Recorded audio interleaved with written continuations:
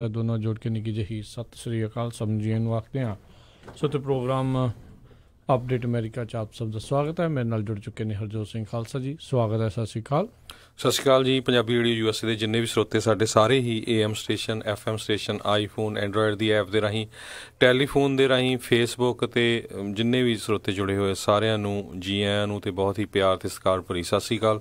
ਸਰੋਤਿਓ ਅੱਜ ਨਵੰਬਰ ਦੀ 1 ਤਰੀਕ ਆ ਤੇ ਦਿਨ ਜਿਹੜਾ ਆ ਉਹ ਵੀਰਵਾਰ ਆ ਤੇ ਸਭ ਤੋਂ ਪਹਿਲਾਂ ਆਪਾਂ ਉਹਨਾਂ ਸ਼ਹੀਦਾਂ ਨੂੰ ਯਾਦ ਕਰੀਏ ਜਿਨ੍ਹਾਂ ਦਾ ਕਤਲੇਆਮ ਕੀਤਾ ਗਿਆ ਸੀ ਨਵੰਬਰ 1 ਨੂੰ ਸਿੱਖਾਂ ਨੂੰ ਕੋਹ ਕੇ ਜਿਹੜਾ ਦਿੱਲੀ ਬੋਕਾਰੋ ਤੇ ਹੋਰ ਬਹੁਤ ਸਾਰੇ ਜਿਹੜਾ ਇੰਡੀਆ ਦੇ ਸ਼ਹਿਰ ਆ ਉੱਥੇ ਮਾਰਿਆ ਗਿਆ। ਕਿਸੇ ਵੀ ਸਿੱਖ ਨੂੰ ਇਹ ਨਹੀਂ ਪੁੱਛਿਆ ਗਿਆ ਤੁਹਾਡੀ ਜਾਤ ਕੀ ਆ, ਤੁਹਾਡੇ ਏਰੀਆ ਕੀ ਆ, ਤੁਹਾਡੀ ਪਾਰਟੀ ਕੀ ਆ, ਚਾਹੇ ਤੁਸੀਂ ਕਾਂਗਰਸੀ ਹੋ, ਚਾਹੇ ਤੁਸੀਂ ਕਮਿਊਨਿਸਟ ਹੋ, ਚਾਹੇ ਤੁਸੀਂ ਅਕਾਲੀ ਹੋ। ਕਿਸੇ ਨੂੰ ਇਹ ਨਹੀਂ ਪੁੱਛਿਆ ਗਿਆ ਵੀ ਤੁਸੀਂ ਟਕਸਾਲੀ ਹੋ ਜਾਂ ਮਿਸ਼ਨਰੀ ਹੋ। ਸੋ ਰਾਜ ਕਰਮਵੀਰ ਸਿੰਘ ਜੀ, ਅਨਫੋਰਚੂਨੇਟ ਪਾਰਟ ਇਹ ਆ ਵੀ ਇੰਨੇ ਸਾਲ ਹੋਣ ਦੇ ਬਾਵਜੂਦ 34 ਸਾਲ ਹੋਣ ਦੇ ਬਾਵਜੂਦ ਵੀ ਸਿੱਖਾਂ ਨੂੰ ਜਿਹੜਾ ਆ ਉਹ ਕਿਸੇ ਤਰ੍ਹਾਂ ਦਾ ਇਨਸਾਫ ਨਹੀਂ ਮਿਲਿਆ ਅਤੇ ਮੈਜੋਰਟੀ ਦੇ ਸਿੱਖ ਇਹ ਵੀ ਨਹੀਂ ਸਮਝ ਸਕੇ ਵੀ ਅਸੀਂ ਜਿਹੜੀ ਮਰਜ਼ੀ ਸਾਡਾ ਪਾਰਟੀ ਹੋਵੇ, ਜਿਹੜੀ ਮਰਜ਼ੀ ਏਰੀਆ ਹੋਵੇ, ਆਪਾਂ ਸਿੱਖ ਹਾਂ। ਉਹਨਾਂ ਨੇ ਉਸ ਟਾਈਮ ਇਹ ਵੀ ਨਹੀਂ ਦੇਖਿਆ ਵੀ ਤੁਸੀਂ ਦਸਤਾਰ ਸਜਾਈ ਹੋ ਜਾਂ ਨਹੀਂ। ਜਿਨ੍ਹਾਂ ਨੇ ਕੜਾ ਵੀ ਪਾਇਆ ਸੀ ਨਾ, ਇਕੱਲਾ ਬਾਲ ਵੀ ਕੱਟੇ ਹੋਏ ਸੀ, ਉਹਨਾਂ ਨੂੰ ਵੀ ਟਾਇਰ ਪਾ ਕੇ ਜਿਹੜਾ ਸਾੜਿਆ ਗਿਆ। ਬਿਲਕੁਲ, ਬਹੁਤ ਦੁਖਾਂਤ ਦੇ ਇਹ ਜਿਹੜੇ ਦਿਨ ਸੀ ਸਿੱਖ ਕਤਲੇਆਮ ਦੇ। ਇਹ ਜੇ ਦੱਸ ਜਾਈਏ ਪਹਿਲੀ ਦੀ ਨਹੀਂ ਸੀ ਹੋਇਆ ਵੀ ਕਿਸੇ ਲੀਡਰ ਨੂੰ ਕਿਸੇ ਨੇ ਜਿਹੜਾ ਆ ਉਹ ਇੱਦਾਂ ਕੀਤਾ ਹੋਵੇ। ਜਦੋਂ ਇੰਦਰਾ ਨੇ ਇਸ ਤਰੀਕੇ ਦੇ ਨਾਲ ਕੀਤਾ ਤਾਂ ਉਸ ਤੋਂ ਬਾਅਦ ਦੇ ਵਿੱਚ ਸਿੰਘਾਂ ਨੇ ਜਿਹੜਾ ਬਦਲਾ ਲਿਆ, ਸਿੱਖਾਂ ਦੀ ਜਿਹੜੀ ਪੱਗ ਲੱਥੀ ਸੀ ਸਿਰ 'ਤੇ ਜਿਹੜੀ ਦੁਬਾਰਾ ਲਾਈ, ਦੁਬਾਰਾ ਜਿਹੜੀ ਉਹ ਬੰਨੀ, ਤਾਂ ਇਹ ਤੋਂ ਬਾਅਦ ਦੇ ਵਿੱਚ ਉੱਥੇ ਵੱਡੇ ਵੱਡੇ ਫਿਲਮ ਸਟਾਰ ਕੀ, ਵੱਡੇ ਵੱਡੇ ਜਿਹੜੇ ਲੀਡਰ ਕੀ ਆ, ਉਹਨਾਂ ਦੇ ਉੱਤੇ ਜਿਹੜੇ ਆ ਇਹੀ ਉੱਥੋਂ ਦੇ ਚਸ਼ਮਦੀਦ ਗਵਾਹ ਵਿਚਾਰੇ ਗਵਾਹੀਆਂ ਦੇ ਕੇ ਉਹ ਆਪ ਇਸ ਦੁਨੀਆ ਤੋਂ ਰੁਖਸਤ ਹੋ ਗਏ। ਪਰ ਜਿਨ੍ਹਾਂ ਨੇ ਇਹ ਕੰਮ ਕਰਵਾਇਆ, ਜਿਨ੍ਹਾਂ ਨੇ ਭੀੜਾਂ ਨੂੰ ਉਕਸਾਇਆ, ਜਿਨ੍ਹਾਂ ਨੇ ਇਹ ਕਤਲੇਆਮ ਉਦੋਂ ਕੀਤਾ, ਉਹ ਅੱਜ ਵੀ ਜਿਹੜੀਆਂ ਵਜ਼ੀਰੀਆਂ ਆ ਉਹ ਮਾਣ ਰਹੇ ਆ। ਸਭ ਨੂੰ ਯਾਦ ਹੋਵੇਗਾ ਜਿਸ ਨੂੰ ਇਹ ਆਪਣੇ ਮੁਲਕ ਦਾ ਮਹਾਤਮਾ ਵੀ ਕਹਿੰਦੇ ਆ। ਅਤੇ ਜਦੋਂ ਗਾਂਧੀ ਦੀ ਹੱਤਿਆ ਨੱਥੂ ਰਾਮ ਗੋਡਸੇ ਨੇ ਜਦੋਂ ਕੀਤੀ ਸੀ, ਉਸ ਤੋਂ ਬਾਅਦ 'ਚ ਕੋਈ ਅਜਿਹਾ ਕਤਲੇਆਮ ਨਹੀਂ ਦੇਖਿਆ ਗਿਆ। ਜਦੋਂ ਰਾਜੀਵ ਗਾਂਧੀ ਨੂੰ ਤਮਿਲਜ਼ ਨੇ ਜਿਹੜਾ ਆ ਉੱਥੇ ਉਡਾਇਆ ਸੀਗਾ, ਉੱਥੇ ਉਹਨਾਂ ਨੇ ਮਾਰਿਆ ਸੀ, ਉਸ ਤੋਂ ਬਾਅਦ 'ਚ ਕੋਈ ਇੱਦਾਂ ਦਾ ਕਤਲੇਆਮ ਨਹੀਂ ਹੋਇਆ। ਸੋ ਇਹ ਮਾਈਨੋਰਟੀਜ਼ ਦੇ ਖਿਲਾਫ ਹੀ ਹਮੇਸ਼ਾ ਜਿਹੜੇ ਆ ਇੱਦਾਂ ਦੇ ਕਤਲੇਆਮ ਉਹ ਹੁੰਦੇ ਰਹਿੰਦੇ ਨੇ ਉਹਨਾਂ ਮੁਲਕਾਂ 'ਚ ਜਿੱਥੇ ਕੋਈ ਇੱਕ ਧਰਮ ਦੇ ਲੋਕ ਚਾਹੁੰਦੇ ਨੇ ਵੀ ਸਿਰਫ ਸਾਡੀ ਹੀ ਜਿਹੜੀ ਹਮੇਸ਼ਾ ਹਕੂਮਤ ਆ ਉਹ ਬਣੀ ਰਹੇ। ਸੋ ਸਾਰੇ ਹੀ ਉਹਨਾਂ ਸ਼ਹੀਦਾਂ ਨੂੰ ਅਸੀਂ ਕੋਟਾਨ ਕੋਟ ਪ੍ਰਣਾਮ ਕਰਦੇ ਹਾਂ ਵੀ ਸਿੱਖ ਹੋਣ ਕਰਕੇ ਜਿਹੜਾ ਆ ਉਹਨਾਂ ਨੂੰ ਉਹ ਸਾਰਾ ਕੁਛ ਉਦੋਂ ਜਿਹੜਾ ਉਹ ਝੱਲਣਾ ਪਿਆ। ਬਹੁਤ ਵਾਰੀ ਇੱਥੇ ਵੀ ਜਿਹੜੇ ਰੇਡੀਓ ਦੇ ਉੱਤੇ ਆ ਕੇ ਜਿਨ੍ਹਾਂ ਦੇ ਇਹ ਸੰਤਾਪ ਖੁਦ ਹਟਾਇਆ ਆ, ਉਹ ਆ ਕੇ ਜਿਹੜੇ ਉਹ ਦੱਸਦੇ ਰਹੇ ਨੇ ਵੀ ਕਿੱਦਾਂ ਦੇ ਉਹ ਦਿਨ ਰਹੇ ਸੀ ਜੀ। ਸੋ ਜੇ 1 ਨਵੰਬਰ ਦੀ ਗੱਲ ਕਰਦੇ ਜਾਈਏ, ਕਹਿੰਦੇ 1 ਨਵੰਬਰ ਨੂੰ ਈਸਟ ਦਿੱਲੀ ਦੇ ਵਿੱਚ ਜਿਹੜੇ ਸਿੱਖਾਂ ਨੂੰ ਮਾਰਨਾ ਸ਼ੁਰੂ ਕਰ ਦਿੱਤਾ ਸੀ। ਆਰਮਡ ਮੌਬਸ ਜਿਹੜੇ ਸੀ ਉਹਨਾਂ ਨੇ ਦਿੱਲੀ ਦੇ ਗੁਰਦੁਆਰਿਆਂ 'ਤੇ ਅਟੈਕ ਸ਼ੁਰੂ ਕੀਤੇ 1 ਨਵੰਬਰ ਨੂੰ। ਅਤੇ ਸਭ ਤੋਂ ਜਿਹੜਾ ਅਫੈਕਟਡ ਏਰੀਆ ਸੀ, ਜਿਹੜੇ ਲੋ ਇਨਕਮ ਨੇਬਰਹੁੱਡ ਸੀ, ਘੱਟ ਇਨਕਮ ਵਾਲੇ, ਬਹੁਤ ਸਾਰੇ ਟੈਕਸੀ ਡਰਾਈਵਰਸ ਜਿਹੜੇ ਸੀਗੇ, ਤਰਲੋਕਪੁਰੀ, ਸ਼ਹਾਰਦਾ, ਗੀਤਾ, ਮੰਗੋਲਪੁਰੀ, ਸੁਲਤਾਨਪੁਰ ਅਤੇ ਜਿਹੜੀ ਆ ਪਾਲਮ ਕਲੋਨੀ, ਇਹਨਾਂ ਦੇ ਵਿੱਚ ਜਿਹੜਾ ਕਤਲੇਆਮ ਗਵਰਨਮੈਂਟ ਵੱਲੋਂ ਜਿਹੜੀ ਉਸ ਟਾਈਮ ਦੀ ਸਰਕਾਰ ਸੀ ਕਾਂਗਰਸ, ਉਹਨਾਂ ਨੇ ਔਰਗਨਾਈਜ਼ ਕੀਤਾ ਸੀ। ਅਤੇ ਬਹੁਤ ਸਾਰੇ ਲੋਕਾਂ ਨੇ ਸਿੱਖਾਂ ਨੂੰ ਬਚਾਇਆ ਵੀ, ਉਹਨਾਂ ਨੇ ਇਨਸਾਨੀਅਤ ਵੀ ਸ਼ੋਅ ਕੀਤੀ, ਜਿਨ੍ਹਾਂ ਨੇ ਆਪਣੇ ਗੁਆਂਢੀ ਆ ਜਿਹੜੇ ਉਹਨਾਂ ਨੂੰ ਬਚਾਇਆ ਵੀ। ਪਰ ਮੈਜੋਰਟੀ ਦੇ ਵਿੱਚ ਪੂਰਾ ਜਿਹੜਾ ਗਵਰਨਮੈਂਟ ਦਾ ਤਾਣਾ ਬਾਣਾ ਸੀ ਉਹ ਸਿੱਖਾਂ ਦੇ ਉਲਟ ਸੀ। ਪੁਲਿਸ ਸਾਰਾ ਕੁਛ ਜਿਹੜੇ ਆ ਇਹ ਇਕੱਠੇ ਰਲੇ ਹੋਏ ਸੀ। ਅਤੇ 34 ਸਾਲ ਹੋ ਗਿਆ ਸਿੱਖ ਜਿਹੜੇ ਲੜਾਈ ਲੜ ਰਹੇ ਆ, ਹਜੇ ਤੱਕ ਵੀ ਜਿਹੜੇ ਆ ਬਾਹਰ ਘੁੰਮ ਰਹੇ ਆ ਜਗਦੀਸ਼ ਟਾਈਟਲਰ ਵਰਗੇ। ਅਤੇ ਸਿੱਖ ਜਿਹੜੇ ਆ ਉਹ ਸਾਰਾ ਕੁਛ ਭੁੱਲ ਕੇ ਕਦੇ ਕਾਂਗਰਸ ਨੂੰ ਜਿਤਾ ਦਿੰਦੇ, ਕਦੇ ਅਕਾਲੀਆਂ ਨੂੰ ਜਿਤਾ ਦਿੰਦੇ, ਕਦੇ ਕਿਸੇ ਨੂੰ। ਸੋ ਲੱਗਦਾ ਆ ਵੀ ਜਿਹੜੇ ਸਿੱਖ ਆ ਉੱਥੇ ਦੇ ਉਹ ਭੁੱਲਣ ਜਾ ਰਹੇ ਆ ਜੀ। ਬਿਲਕੁਲ ਕਹਿ ਰਹੇ ਆ, ਪਰ ਨਹੀਂ, ਜਿਹੜੇ ਕਾਫੀ ਜਿਹੜੇ ਸਿੱਖ ਨਹੀਂ ਇਸ ਚੀਜ਼ ਨੂੰ ਜਿਹੜੇ ਕਦੀ ਵੀ ਭੁੱਲਿਆ ਜਿਹੜਾ ਆ ਉਹ ਨਹੀਂ ਜਾ ਸਕਦਾ। ਜੋ ਜੂਨ 84 ਦੇ ਵਿੱਚ ਹੋਇਆ ਅਤੇ ਜੋ ਨਵੰਬਰ 84 ਦੇ ਵਿੱਚ ਹੋਇਆ ਅਤੇ ਜੋ ਉਸ ਤੋਂ ਬਾਅਦ ਦੇ ਵਿੱਚ ਆਉਣ ਵਾਲੇ ਕਈ ਸਾਲਾਂ ਤੱਕ ਜਿਹੜੇ ਸਿੱਖ ਨੌਜਵਾਨਾਂ ਦਾ ਕਤਲੋਗਾਰਤ ਜਿਹੜੀ ਆ ਚੁਣ ਕੇ ਜਿਹੜੀ ਉਹ ਕਰਦੇ ਰਹੇ, ਉਹ ਵੀ ਚੀਜ਼ ਕਦੀ ਵੀ ਜਿਹੜੀ ਉਹ ਭੁੱਲੀ ਨਹੀਂ ਜਾ ਸਕਦੀ।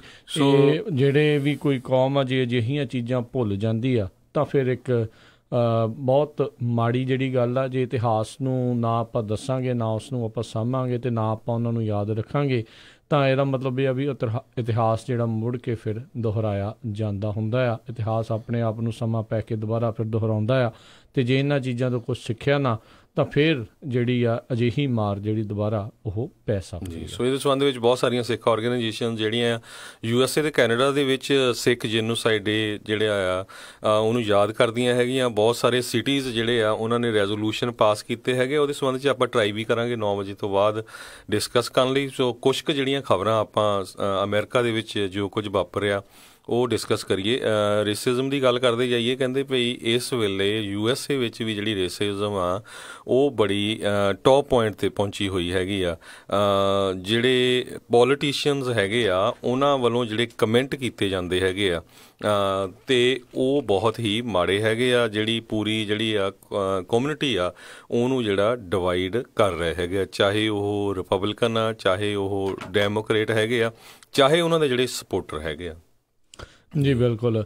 ਸੋ ਇਹ ਰੇਸਿਜ਼ਮ ਦਾ ਹੀ ਇੱਕ ਜਿਹੜਾ ਆਪਾਂ ਪਿਛਲੇ ਦਿਨਾਂ ਦੇ ਵਿੱਚ ਭੱਦਾ ਚਿਹਰਾ ਜਿਹੜਾ ਪਿਟਸਬਰਗ ਸ਼ੂਟਿੰਗ ਦਾ ਜਿਹੜਾ ਉਹ ਦੇਖਿਆ, ਜਿਸ ਬੰਦੇ ਨੇ ਉੱਥੇ ਜਾ ਕੇ ਗੋਲੀਆਂ ਚਲਾਈਆਂ, ਰੋਬਰਟ ਬੋਰਸ ਨਾਂ ਦਾ ਜਿਹੜਾ ਇਹ ਕਥਿਤ ਦੋਸ਼ੀ ਜਿਸ ਨੇ ਗੋਲੀਆਂ ਚਲਾਈਆਂ, ਉਸ ਜਿਹਦੇ ਵਿੱਚ 11 ਜੂਇਸ਼ ਜਿਹੜੇ ਵਰਸ਼ਿਪਰਸ ਜਿਹੜੇ ਉੱਥੇ ਪ੍ਰਾਰਥਨਾ ਕਰਨ ਆਏ ਸੀਗੇ ਉਹ ਉੱਥੇ ਮਾਰੇ ਗਏ ਸੀ ਪਿਟਸਬਰਗ ਦੇ ਸਿਨਾਗੋਗ ਦੇ ਵਿੱਚ।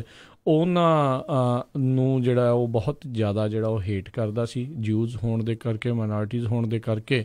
ਤਾਂ ਅੱਜ ਕਹਿੰਦੇ ਉਸ ਨੂੰ ਅਦਾਲਤ ਦੇ ਵਿੱਚ ਜਿਹੜਾ ਉਹ ਪੇਸ਼ ਕੀਤਾ ਗਿਆ। ਰੋਬਰਟ ਬੋਰਸ ਨਾਂ ਦਾ ਇਹ ਅਪਰਾਧੀ, ਇਸ ਨੇ ਜਿਹੜਾ ਆ ਹੁਣ ਜਿਹੜਾ ਜਿਊਰੀ ਟਰਾਇਲ ਜਿਹੜਾ ਉਸਨੇ ਰਿਕੁਐਸਟ ਕੀਤਾ ਆ, ਇਹ ਜਿਹੜਾ ਮੀਡੀਆ ਦੇ ਵੱਲੋਂ ਜਿਹੜੀਆਂ ਆ ਉਹ ਦੱਸਿਆ ਜਾ ਰਿਹਾ, ਉਸ ਦੇ ਉੱਤੇ 44 ਕਾਊਂਟ 44 ਕਾਊਂਟਸ ਉਸ ਦੇ ਵਿੱਚ murder, hate crime, obstructing religious practices ਅਤੇ ਹੋਰ ਜਿਹੜੇ ਕਈ ਕ੍ਰਾਈਮ ਜਿਹੜੇ ਪ੍ਰੋਸੀਕਿਊਟਰਸ ਦੇ ਦੁਆਰਾ ਜਿਹੜੇ ਆ ਉਹ ਲਾਏ ਗਏ ਨੇ। ਉਸ ਨੇ ਅਦਾਲਤ ਨੂੰ ਕਿਹਾ ਵੀ ਹਾਂ ਉਹ ਸਮਝਦਾ ਆ ਵੀ ਉਸ ਦੇ ਉੱਤੇ ਕਿਹੜੇ ਜਿਹੜੇ ਦੋਸ਼ ਆ ਉਹ ਲਾਏ ਜਾ ਰਹੇ ਆ, ਪਰ ਉਸ ਨੇ ਖੁਦ ਨੂੰ ਆਪਣੇ ਆਪ ਨੂੰ ਬੇਦੋਸ਼ਾ ਜਿਹੜਾ ਆ ਉਹ ਆਖਿਆ ਅਤੇ ਕਹਿੰਦਾ ਵੀ ਟਰਾਇਲ ਦੇ ਵਿੱਚ ਇਹ ਗੱਲ ਜਿਹੜੀ ਆ ਉਹ ਲੈ ਕੇ ਜਾਓ, ਜਿਊਰੀ ਦੇ ਵਿੱਚ ਟਰਾਇਲ ਜਿਹੜਾ ਜਾਣਾ ਚਾਹੀਦਾ ਆ। ਸੋ ਇਹ ਤੁਸੀਂ ਦੇਖ ਲਓ ਵੀ ਇੰਨਾ ਕੁਛ ਕਤਲੇਆਮ ਕਰਨ ਤੋਂ ਬਾਅਦ ਦੇ ਵਿੱਚ ਵੀ ਉਹ ਮੰਨਦਾ ਨਹੀਂ ਪਿਆ, ਉਹ ਮੰਨਣ ਨੂੰ ਤਿਆਰ ਨਹੀਂ ਆ ਵੀ ਉਸ ਨੇ ਕੋਈ ਅਪਰਾਧ ਜਿਹੜਾ ਆ ਉਹ ਕੀਤਾ ਹੈ। ਅਤੇ ਅਗਲੀ ਖਬਰ ਵੱਲ ਚੱਲੀਏ, ਜਿਹੜੀ ਜਾਰਜੀਆ ਸਟੇਟ ਆ ਉੱਥੇ ਦੀ ਜਿਹੜੀ ਗਵਰਨਰ ਦੀ ਰੇਸ ਆ ਉਹ ਕਾਫੀ ਗਰਮ ਚੱਲ ਰਹੀ ਹੈਗੀ ਆ। ਉਸ ਰੇਸ ਦੇ ਵਿੱਚ ਜਿਹੜੇ ਕੈਂਡੀਡੇਟ ਹੈਗੇ ਅਵਰਾਮ ਕਹਿੰਦੇ ਨੈਕ ਟੂ ਨੈਕ ਚੱਲ ਰਹੀ ਆ। ਅਤੇ ਉਹਦੇ ਸੰਬੰਧ ਦੇ ਵਿੱਚ ਅੱਜ ਓਫਰਾ ਵਿਨਫਰੇ ਜਿਹੜੀ CBS ਦੇ ਉੱਤੇ 60 ਮਿੰਟ ਦਾ ਪ੍ਰੋਗਰਾਮ ਕਰਦੀ ਆ, ਬਹੁਤ ਹੀ ਪੋਪੂਲਰ ਪਰਸਨੈਲਿਟੀ ਹੈਗੀ ਆ, ਉਹ ਜਿਹੜੀ ਆ ਆਪਣਾ ਪ੍ਰੋਗਰਾਮ ਨੂੰ ਛੱਡ ਕੇ ਜਾਰਜੀਆ ਦੇ ਜਿਹੜੇ ਡੈਮੋਕ੍ਰੇਟਿਕ ਕੈਂਡੀਡੇਟ ਹੈਗੇ ਆ ਅਵਰਾਮਸ ਉਹਨਾਂ ਦੇ ਹੱਕ ਦੇ ਵਿੱਚ ਜਾ ਰਹੀ ਹੈਗੀ ਆ।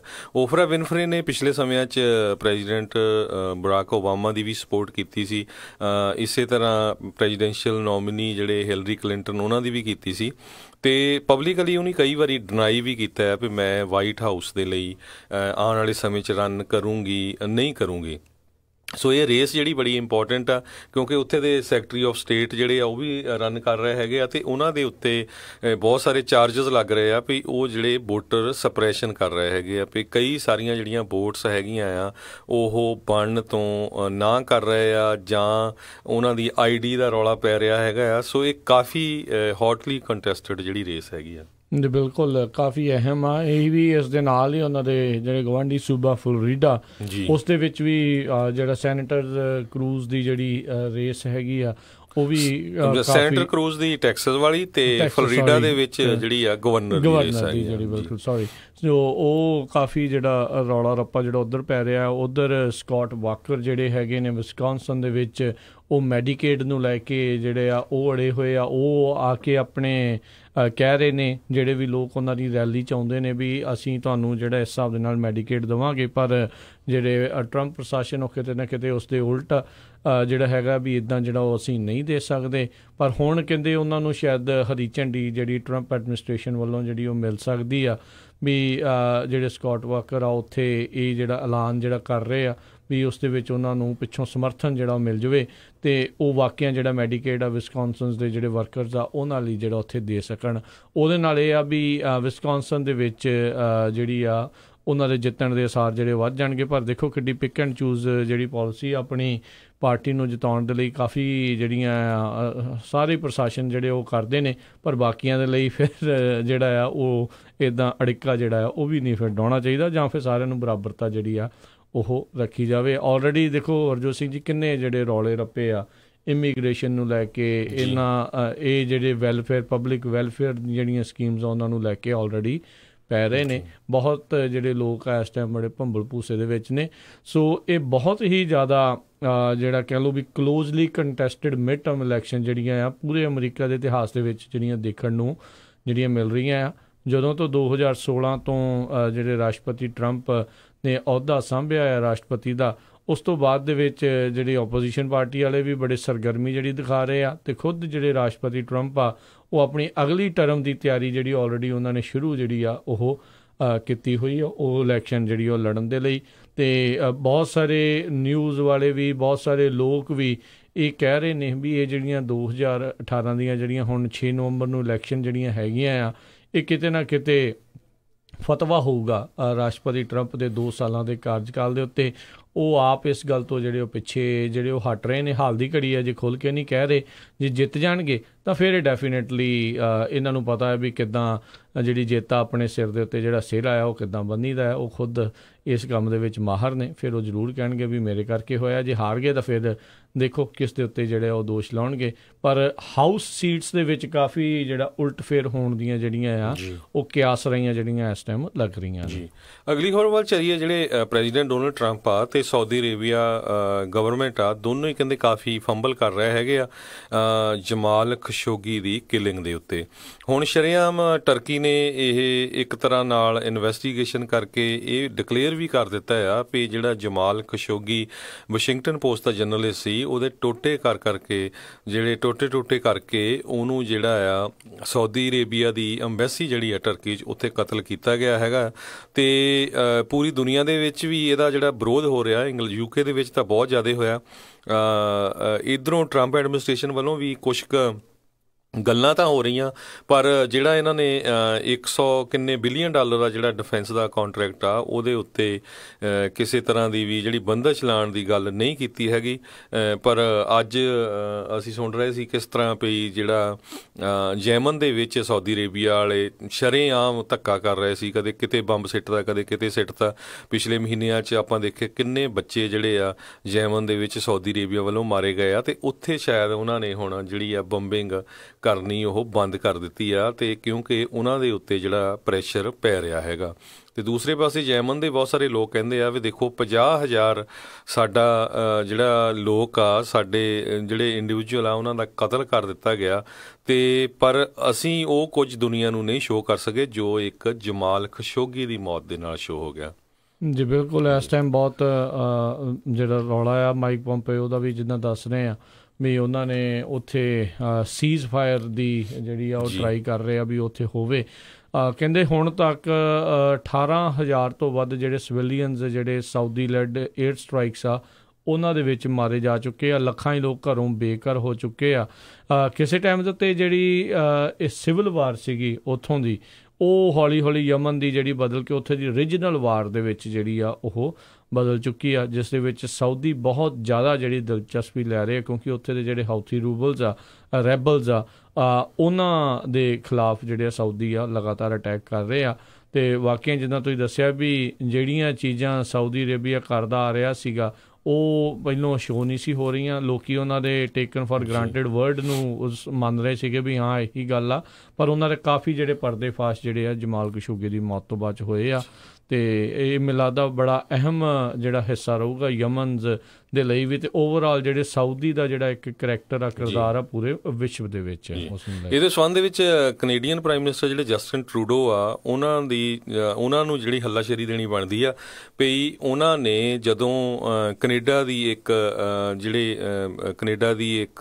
ਕੈਨੇਡੀਅਨ ਸਿਟੀਜ਼ਨ ਜੋ ਕਿ ਸਾਊਦੀ ਅਰੇਬੀਅਨ ਨੂੰ ਬਿਲੋਂਗ ਕਰਦੀ ਸੀ, ਉਹਨੂੰ ਅੰਦਰ ਕੀਤਾ ਗਿਆ ਸਾਊਦੀ ਅਰੇਬੀਆ ਵੱਲੋਂ ਹਿਊਮਨ ਰਾਈਟਸ ਦੀ ਗੱਲ ਕਰਨ ਕਰਕੇ। ਉਹ ਓਪਨਲੀ ਜਿੱਦਾਂ ਕੈਨੇਡਾ ਵਾਲੇ ਸਾਊਦੀ ਅਰੇਬੀਆ ਦੇ ਉਲਟ ਆਏ ਸੀ। ਹਾਲਾਂਕਿ ਕੈਨੇਡਾ ਨੂੰ ਫਾਈਨੈਂਸ਼ੀਅਲੀ ਉਹਦਾ ਕਾਫੀ ਨੁਕਸਾਨ ਹੋਇਆ, ਕਿਉਂਕਿ ਸਾਊਦੀ ਅਰੇਬੀਆ ਨੇ ਉੱਥੋਂ ਸਟੂਡੈਂਟਸ ਬਹੁਤ ਸਾਰੇ ਆਪਣੇ ਕੱਢ ਰਹੇ, ਬਹੁਤ ਸਾਰੇ ਲੋਕ ਜਿਹੜੇ ਉੱਥੇ ਮੈਡੀਕਲ ਇਲਾਜ ਲਈ ਗਏ ਸੀ ਉਹਨਾਂ ਨੂੰ ਵੀ ਵਾਪਸ ਬੁਲਾ ਰਿਹਾ।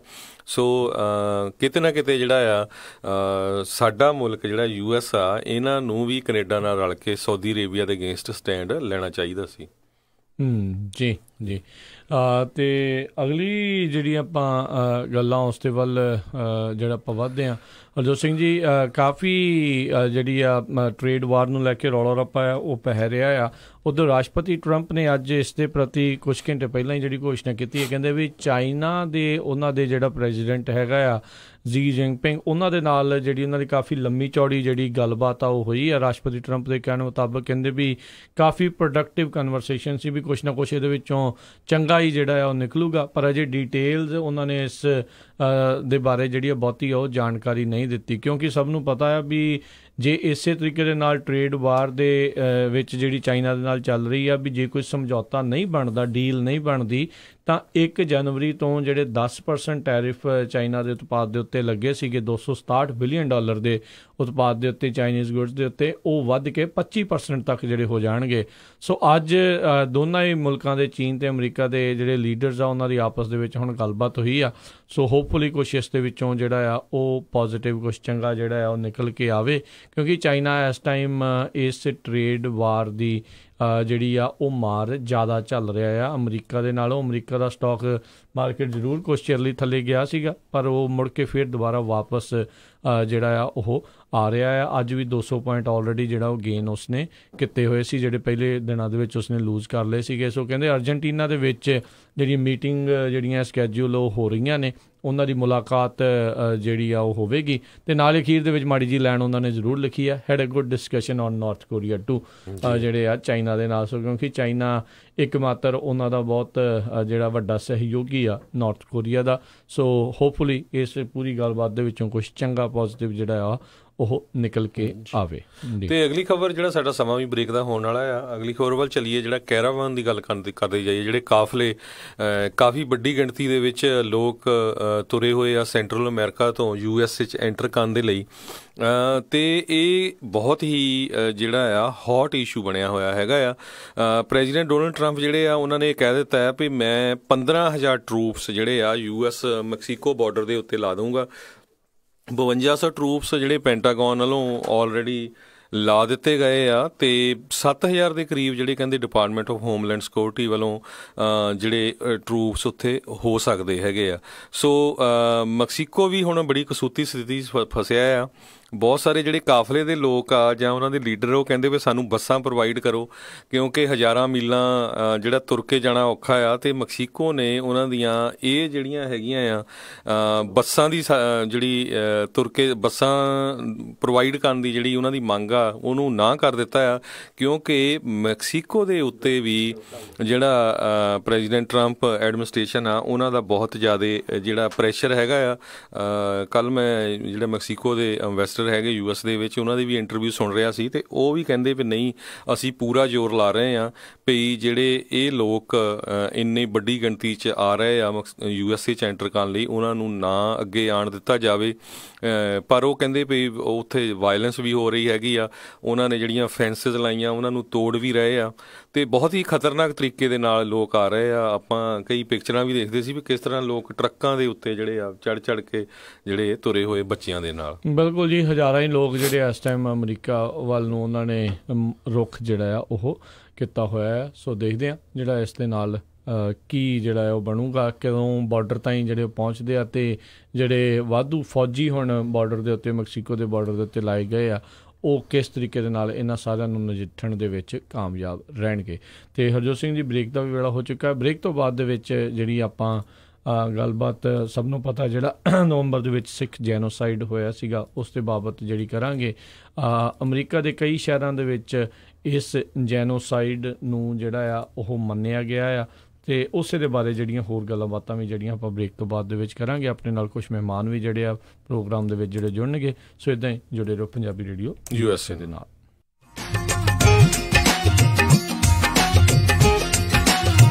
ਤੁਸੀਂ ਸੁਣ ਰਹੇ ਹੋ KOBO Yuba City 1450 AM, KIID Sacramento 1470 AM, KWRU Fresno 1300 AM, KLHC Bakersfield 1350 AM। Canada ਦੇ ਸਭ ਤੋਂ ਵੱਡੇ used truck sales dealer pride truck sales ਹੁਣ ਕੈਲੀਫੋਰਨੀਆ ਦੇ ਸ਼ਹਿਰ ਸਟਾਕਟਨ ਅਤੇ ਫੰਟੈਨਾ ਦੇ ਵਿੱਚ 2 ਵੱਡੀਆਂ ਲੋਕੇਸ਼ਨਸ ਖੋਲ ਚੁੱਕੇ ਹਨ। ਇਹਨਾਂ ਕੋਲ ਹਰ ਮੇਕ ਅਤੇ ਮਾਡਲ ਦੇ ਟਰੱਕ ਟ੍ਰੇਲਰਸ ਦੀ ਇਨਵੈਂਟਰੀ ਹੈ। ਇਨ ਹਾਊਸ ਫਾਈਨੈਂਸਿੰਗ, 0 ਡਾਊਨ ਜਾਂ ਲੋ ਡਾਊਨ ਤੇ ਵੀ। ਹਰ ਟਰੱਕ ਤੇ 6 ਮਹੀਨੇ ਦੀ ਵਾਰੰਟੀ। 100% ਕਸਟਮਰ ਸੈਟੀਸਫੈਕਸ਼ਨ ਵਿੱਚ ਯਕੀਨ ਰੱਖਦੇ ਹਨ। ਜੇਕਰ ਤੁਸੀਂ ਯੂਜ਼ਡ ਟਰੱਕ ਟ੍ਰੇਲਰ ਬਿਲਕੁਲ ਨਵੇਂ ਵਰਗਾ ਖਰੀਦਣਾ ਚਾਹੁੰਦੇ ਹੋ ਤਾਂ ਕਾਲ 866 252 8781 866 252 8781। Right Truck Sales। ਉਹ ਕਿੱਥੇ ਰਹਿ ਗਏ ਸੀ ਤੁਸੀਂ? ਮੈਂ ਕਾਦਾ ਉਡੀਕੀ ਜਾਣਾ ਤੁਹਾਨੂੰ। ਆਹ ਲਓ ਸਾਰਾ ਸਮਾਨ। ਇਹ ਇੰਨਾ ਸਾਰਾ ਸਮਾਨ? ਹੋਰ ਕੀ, ਹੁਣ ਮੈਂ ਸਾਰੀਆਂ ਕੁੜਤੀਆਂ ਵੀ ਲੈ ਆਈਆਂ, ਤੁਹਾਡੀਆਂ ਪੱਗਾਂ ਵੀ ਆ ਗਈਆਂ, ਮੁੰਡੇ ਦੀ ਸ਼ੇਰਵਾਨੀ ਵੀ ਲੈ ਆਈਆਂ ਤੇ ਰੁਮਾਲਾ ਸਾਹਿਬ ਵੀ ਲੈ ਆਈਆਂ। ਤੇ ਨਾਲੇ ਮੈਂ ਇੱਕ ਸਲਾਹ ਕਰਨੀ ਸੀ ਤੁਹਾਡੇ ਨਾਲ। ਹੁਣ ਆਪਣਾ 골ਡ ਖਰੀਦਣ ਵਾਲਾ ਹੀ ਰਹਿ ਗਿਆ ਤੇ ਕੱਲ ਤੁਸੀਂ ਮੇਰੇ ਨਾਲ ਚੱਲਿਓ।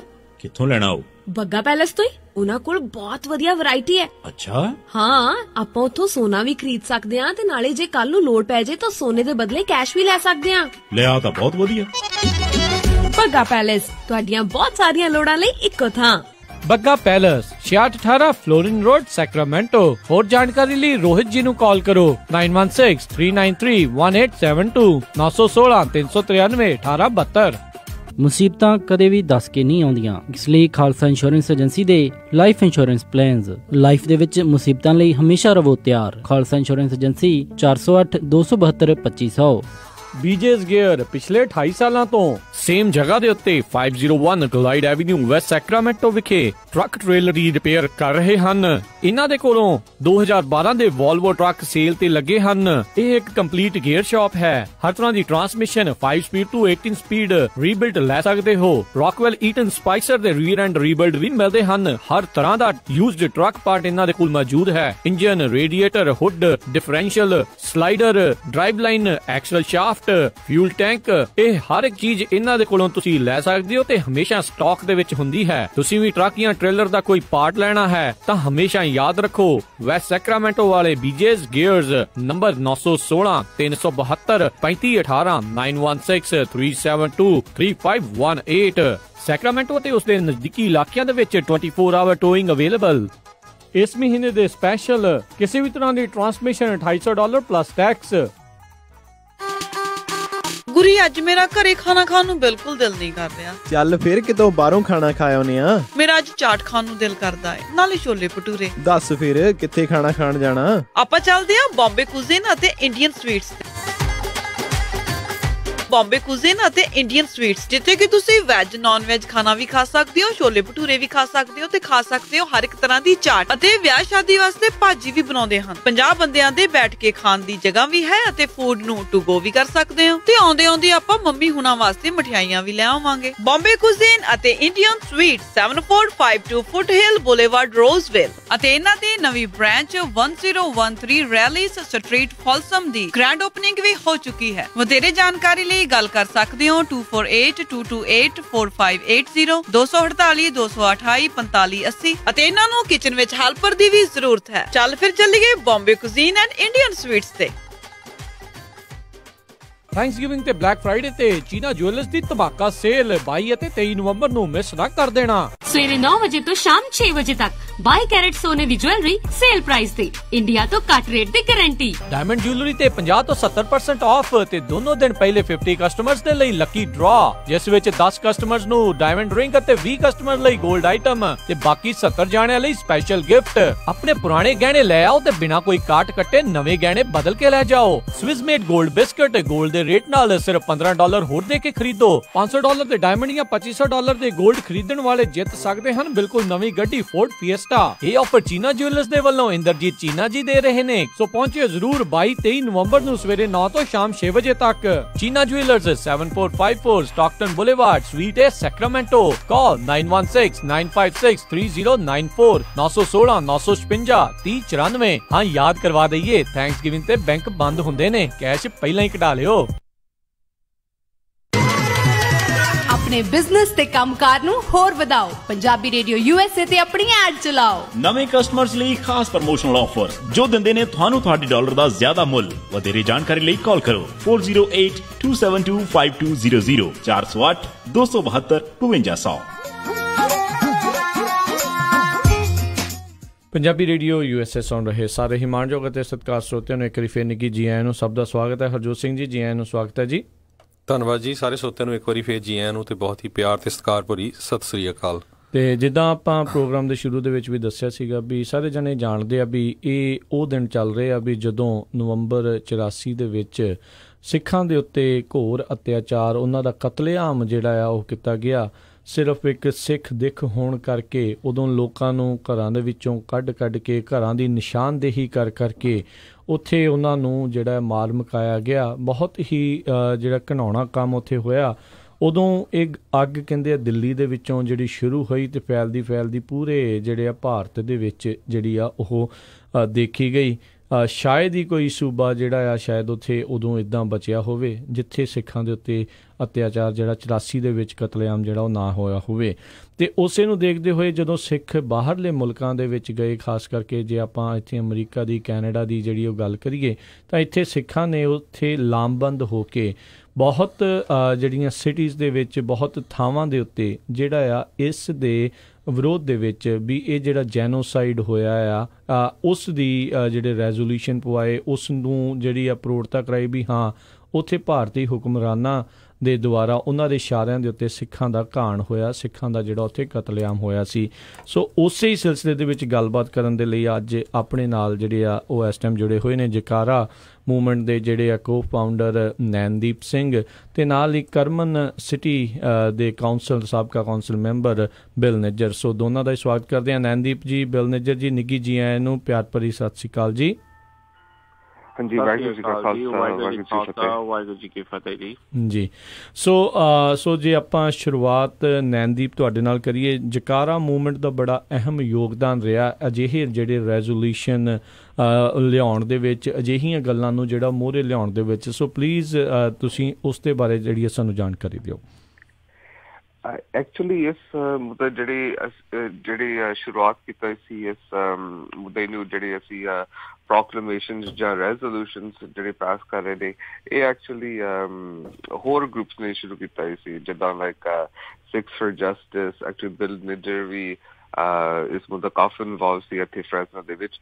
ਅਸੀਂ ਐਕਚੁਅਲੀ ਥੋੜ੍ਹੀ ਜਿਹੀ ਬਾਅਦ 'ਚ ਆਏ ਸੀਗੇ ਜਦੋਂ ਪਹਿਲੀ ਵਾਰ ਐਟਲੀਸਟ ਫ੍ਰੈਸਨੋ ਦੇ ਵਿੱਚ ਜਦੋਂ ਇਹ ਪ੍ਰੋਸੈਸ ਰੁਕ ਗਿਆ ਤਾਂ ਅਸੀਂ ਐਕਚੁਅਲੀ ਉਸ ਵੇਲੇ ਅਸੀਂ ਇਨਵੋਲਵ ਹੋ ਗਏ ਸੀ। ਪਰ ਇਹ ਮੂਵਮੈਂਟ ਜਿਸਨੂੰ ਕਹਿੰਦੇ ਨੇ ਲਾਈਕ ਜਿਹੜੇ ਜੈਨੋਸਾਈਡ ਪ੍ਰੋਕਲੇਮੇਸ਼ਨਸ, ਇਹ ਅਸੀਂ ਡਿਫਰੈਂਟ ਵੱਖ ਕੌਮ ਕਰਦੇ ਨੇ, ਜਿੱਦਾਂ ਲਾਈਕ ਆਰਮੀਨੀਅਨ ਜੈਨੋਸਾਈਡ। ਈਵਨ ਹੁਣ ਵੀ the US ਗਵਰਨਮੈਂਟ ਜਾਂ ਟਰਕਿਸ਼ ਗਵਰਨਮੈਂਟ ਨਹੀਂ ਐਕਸੈਪਟ ਕਰਦੇ, ਪਰ ਜਿਹੜੀ ਆਰਮੀਨੀਅਨ ਕਮਿਊਨਿਟੀ ਉਹ ਕਦੀ ਨਹੀਂ ਭੁੱਲਣਗੇ। And they are going to make sure ਜਿਹੜੇ ਐਟਲੀਸਟ ਉਹਨਾਂ ਦੇ ਨੇਬਰਸ, ਉਹਨਾਂ ਦੇ ਹੋਰ ਜਿਹੜੇ US ਸਿਟੀਜ਼ਨਸ, ਉਹਨਾਂ ਨੂੰ ਵੀ ਪਤਾ ਹੋਣਾ ਚਾਹੀਦਾ ਕਿ ਉਹਨਾਂ ਨੂੰ ਕੀ ਹੋਇਆ। ਤੇ ਸੋ ਇਹ ਹਿਸਟਰੀ ਮਤਲਬ ਕਦੇ ਰਿਪੀਟ ਨਾ ਹੋਵੇ। ਸੋ ਉਹ ਹਰ ਸਾਲ ਵੀ whether it be in the US House of Congress ਜਾਂ Senate level ਤੇ ਉਹ ਇਹ ਜਿਹੜੀ ਰੈਜ਼ੋਲੂਸ਼ਨਸ ਹਰ ਸਾਲ ਪਾਸ ਕਰਦੇ ਨੇ every April। ਤੇ ਸਾਨੂੰ ਵੀ ਇੱਦਾਂ ਦੀ ਅਸੀਂ ਵੀ ਦੇਖਣਾ ਹੀ ਚਾਹੀਦਾ ਕਿ ਹੋਰ ਕਮਿਊਨਿਟੀਜ਼ ਕਿੱਦਾਂ ਕਰਦੇ। ਤੇ ਅਸੀਂ ਵੀ ਜਿਹੜੀ ਸਾਡੀ ਇਸ਼ੂ ਜਿੱਥੇ ਸਾਨੂੰ ਕਦੀ ਜਸਟਿਸ, ਕੋਈ ਇਨਸਾਫ ਕਦੀ ਨਹੀਂ ਮਿਲਿਆ, ਕੋਈ ਜਿਹੜੇ ਮੰਤਰੀ ਜਿਹੜੇ ਇਨਵੋਲਵ ਵੀ ਸੀਗੇ, ਜਿਹੜੇ ਇੰਡੀਅਨ ਗਵਰਨਮੈਂਟ ਜਿਹੜੇ ਇਨਵੋਲਵ ਏਜੰਸੀਜ਼ ਜਿਹੜੇ ਇਨਵੋਲਵ ਸੀਗੇ, ਉਹਨਾਂ ਨੂੰ ਕਦੀ justice, ਇਨਸਾਫ ਨਹੀਂ ਮਿਲਿਆ, ਸਾਨੂੰ ਇਨਸਾਫ ਕਦੀ ਨਹੀਂ ਮਿਲਿਆ। ਸੋ ਇਹ ਚੀਜ਼ਾਂ at least ਜੇ ਆਪਾਂ in a Indian court of law ਜੇ ਸਾਨੂੰ ਕਦੀ justice ਕਦੀ ਮਿਲਣਾ ਹੀ ਨਹੀਂ, at least ਜਿਹੜਾ world public opinion ਅਸੀਂ ਉੱਥੇ ਅਸੀਂ ਆਪਣੀ ਕੇਸ ਨੂੰ ਪੇਸ਼ ਕਰ ਸਕਦੇ। ਜੀ ਬਿਲਕੁਲ ਨੈਨਦੀਪ ਜੀ, ਮੈਨੂੰ ਪਤਾ ਵੀ ਤੁਸੀਂ ਅਰਲੀ ਜਾਣਾ ਵੀ ਆ ਤੇ ਆਪਾਂ ਬਿਲ ਨਿੱਜਰ ਭਾਜੀ ਉਹਨਾਂ ਤੋਂ ਡਿਟੇਲ 'ਚ ਪੁੱਛਾਂਗੇ ਜਿਹੜਾ ਫ੍ਰਿਜ਼ਨੋ ਦੇ ਵਿੱਚ ਵਿਰੋਧ ਕਾਹਤੇ ਹੋਇਆ ਸੀ। ਉਹ ਜਾਣ ਤੋਂ ਪਹਿਲਾਂ ਜ਼ਰੂਰ ਆਪਾਂ ਸਰੋਤਿਆਂ ਨੂੰ ਦੱਸਦੇ ਜਾਂਦੇ ਹਾਂ, ਜੈਕਾਰਾ ਮੂਵਮੈਂਟ ਜਿਹੜੀ ਆ ਤੁਸੀਂ ਉਹਨਾਂ ਦੇ ਰਿਪਰੈਜ਼ੈਂਟੇਟਿਵ ਨਾਲ ਸਾਡੇ ਬਹੁਤ ਵਾਰੀ ਇੰਟਰਵਿਊਜ਼ ਸੁਣਦੇ ਰਹੇ ਨੇ, ਚਾਹੇ ਉਹ ਬੇ ਏਰੀਏ 'ਚ ਹੋਵੇ, ਫ੍ਰਿਜ਼ਨੋ 'ਚ ਹੋਵੇ, ਯੂਬਾ ਸਿਟੀ ਜਾਂ ਸੈਕਰਾਮੈਂਟੋ 'ਚ ਹੋਵੇ, ਕਾਫੀ ਵੱਡੇ ਲੈਵਲ 'ਤੇ ਇਹ ਡਿਫਰੈਂਟ ਪ੍ਰੋਜੈਕਟਸ 'ਤੇ ਕੰਮ ਕਰ ਰਹੇ ਆ। ਅਤੇ ਅੱਜ ਕੱਲ੍ਹ ਨੈਨਦੀਪ ਸਿੰਘ ਜਿਹੜੇ ਆ ਸੈਂਟਰਲ ਯੂਨੀਫਾਈਡ ਸਕੂਲ ਡਿਸਟ੍ਰਿਕਟ ਜਿਹੜਾ ਆ ਉਹਦੇ ਬੋਰਡ ਆਫ ਡਾਇਰੈਕਟਰ ਦੇ ਲਈ ਵੀ ਇਲੈਕਸ਼ਨ ਲੜ ਰਹੇ ਆ। ਉਹਦੇ ਬਾਰੇ ਤੁਸੀਂ ਥੋੜ੍ਹਾ ਜਿਹਾ ਦੱਸ ਦਿਓ। ਅਤੇ ਫਿਰ ਤੁਸੀਂ ਕਹਿੰਦੇ ਸੀ ਜਾਣਾ ਮੈਂ ਅਰਲੀ, ਉਹ ਤੋਂ ਬਾਅਦ ਆਪਾਂ ਬਿਲ ਨਿੱਜਰ ਭਾਜੀ ਨਾਲ ਫਿਰ ਫ੍ਰਿਜ਼ਨੋ ਦਾ ਜਿਹੜਾ ਰੈਜ਼ੋਲੂਸ਼ਨ ਸੀ ਉਹਦੇ 'ਚ ਡਿਟੇਲ ਨਾਲ ਗੱਲ ਕਰਦੇ ਹਾਂ। ਹਾਂਜੀ, ਸੋ ਕਮਿਊਨਿਟੀ ਸਾਡੇ ਅਸੀਂ ਸਾਡੀ ਗੱਲਬਾਤ ਚੱਲ ਰਿਹਾ ਸੀ ਫॉर ਆਲਮੋਸਟ ਅ ਈਅਰ ਕਿ ਇੱਥੇ ਫ੍ਰੈਜ਼ਨੋ ਦੇ ਵਿੱਚ ਸਾਡੀ ਰੈਪਰੈਜ਼ੈਂਟੇਸ਼ਨ ਹੈ ਨਹੀਂ, ਜਿੱਥੇ ਸਾਡੀ ਆਬਾਦੀ ਇੰਨੀ ਵੱਧ ਗਈ ਤੇ ਨਾਲੇ ਖਾਸ ਕਰਕੇ ਸਾਡੀ ਸਕੂਲ ਡਿਸਟ੍ਰਿਕਟ ਦੇ ਵਿੱਚ ਜਿੱਥੇ ਸਾਡੇ ਤਕਰੀਬਨ 10-15% ਸਾਡੇ ਬੱਚੇ ਉੱਥੇ ਸੈਂਟਰਲ ਯੂਨੀਫਾਈਡ ਦੇ ਵਿੱਚ ਪੜ੍ਹਦੇ ਨੇ। ਸੋ ਉਹਦੀ ਗੱਲਾਂ ਅਸੀਂ ਕਾਫੀ ਚਿਰ ਮਤਲਬ ਅਸੀਂ ਸਾਡੀ ਕਨਵਰਸੇਸ਼ਨਸ ਚੱਲ ਰਹੇ ਸੀ ਕਮਿਊਨਿਟੀ ਦੇ ਵਿੱਚ। ਤੇ ਫਿਰ ਮੈਂ ਕਿਹਾ ਕਿ ਚੱਲ ਠੀਕ ਹੈ, ਮੈਂ ਖੜਾ ਹੋਏਗਾ ਬਿਕਾਜ਼ ਮੇਰੇ ਇੰਨੇ ਸਾਲ ਮੈਂ ਐਕਚੁਅਲੀ ਕੰਮ ਕੀਤਾ ਹੈ ਸੈਂਟਰਲ ਯੂਨੀਫਾਈਡ ਦੇ ਵਿੱਚ, ਸੈਂਟਰਲ ਯੂਨੀਫਾਈਡ ਦੇ ਬੱਚੇ ਦੇ ਨਾਲ। ਤੇ ਬਹੁਤ ਸਾਰੇ ਜਿਹੜੀ ਸਾਡੀ ਕਮਿਊਨਿਟੀ ਉਹ ਸਾਨੂੰ ਜਾਣਦੇ ਨੇ, ਉਹਨਾਂ ਦੇ ਪਰਿਵਾਰ ਵੀ ਸਾਨੂੰ ਜਾਣਦੇ ਨੇ। ਅਸੀਂ ਸਭ ਤੋਂ ਅੱਗੇ ਸੀਗੇ ਜਦੋਂ ਅਸੀਂ ਪੰਜਾਬੀ ਲੈਂਗੁਏਜ ਨੂੰ ਲਾਗੂ ਕੀਤਾ ਸੀ ਐਂਡ ਅਸੀਂ ਸ਼ੁਰੂ ਵੀ ਕੀਤਾ ਸੀ ਉੱਥੇ as Punjabi language as a foreign elective. ਤੇ ਅਸੀਂ ਹੋਰ ਬੜੇ ਕੰਮ ਅਜੇ ਕਰਨਾ ਹੀ ਆ। ਤੇ ਸੋ ਮੈਂ ਕਿਹਾ ਓਕੇ ਚੱਲ ਠੀਕ ਹੈ, ਦੈਨ ਦਿਸ ਇਜ਼ ਸਾਡੀ ਵੀ ਇੱਕ ਮੌਕਾ ਆ। ਤੇ ਜਿਹੜੀ ਫ੍ਰੈਜ਼ਨੋ ਦੀ ਸੰਗਤ ਬਹੁਤ ਮਤਲਬ ਸਪੋਰਟ ਦੇ ਰਹੇ ਨੇ ਫਾਈਨੈਂਸ਼ੀਅਲੀ, ਤੇ ਮੋਸਟ ਇੰਪੋਰਟੈਂਟ ਜਿਹੜੇ ਵੋਲੰਟੀਅਰਸ। ਸੋ ਇਹ ਵੀ ਸਾਡੀ ਬੇਨਤੀ ਆ, ਜੇ ਕੋਈ ਵੀ ਆ ਸਕੇ, ਜੇ ਕੋਈ ਮਤਲਬ ਟਾਈਮ ਕੱਢ ਸਕੇ ਇਸ ਸੈਟਰਡੇ ਜਾਂ ਸੰਡੇ ਨੂੰ ਸਾਨੂੰ ਜ਼ਰੂਰ ਜੁਆਇਨ ਕਰਿਓ। ਤੇ ਅਸੀਂ ਕੋਸ਼ਿਸ਼ ਕਰ ਰਹੇ ਨੇ ਟੂ ਗੈਟ 100 volunteers together। ਤੇ ਤੁਸੀਂ ਸਾਈਨ ਅਪ ਵੀ ਕਰ ਸਕਦੇ ਹੋ at www.nandeepsingh.com NAINDEEP SING.com। ਤੇ ਅਸੀਂ 10 ਵਜੇ ਤੋਂ 7 ਵਜੇ ਤੱਕ ਅਸੀਂ ਉੱਥੇ ਕੈਂਪੇਨਿੰਗ ਕਰਾਂਗੇ।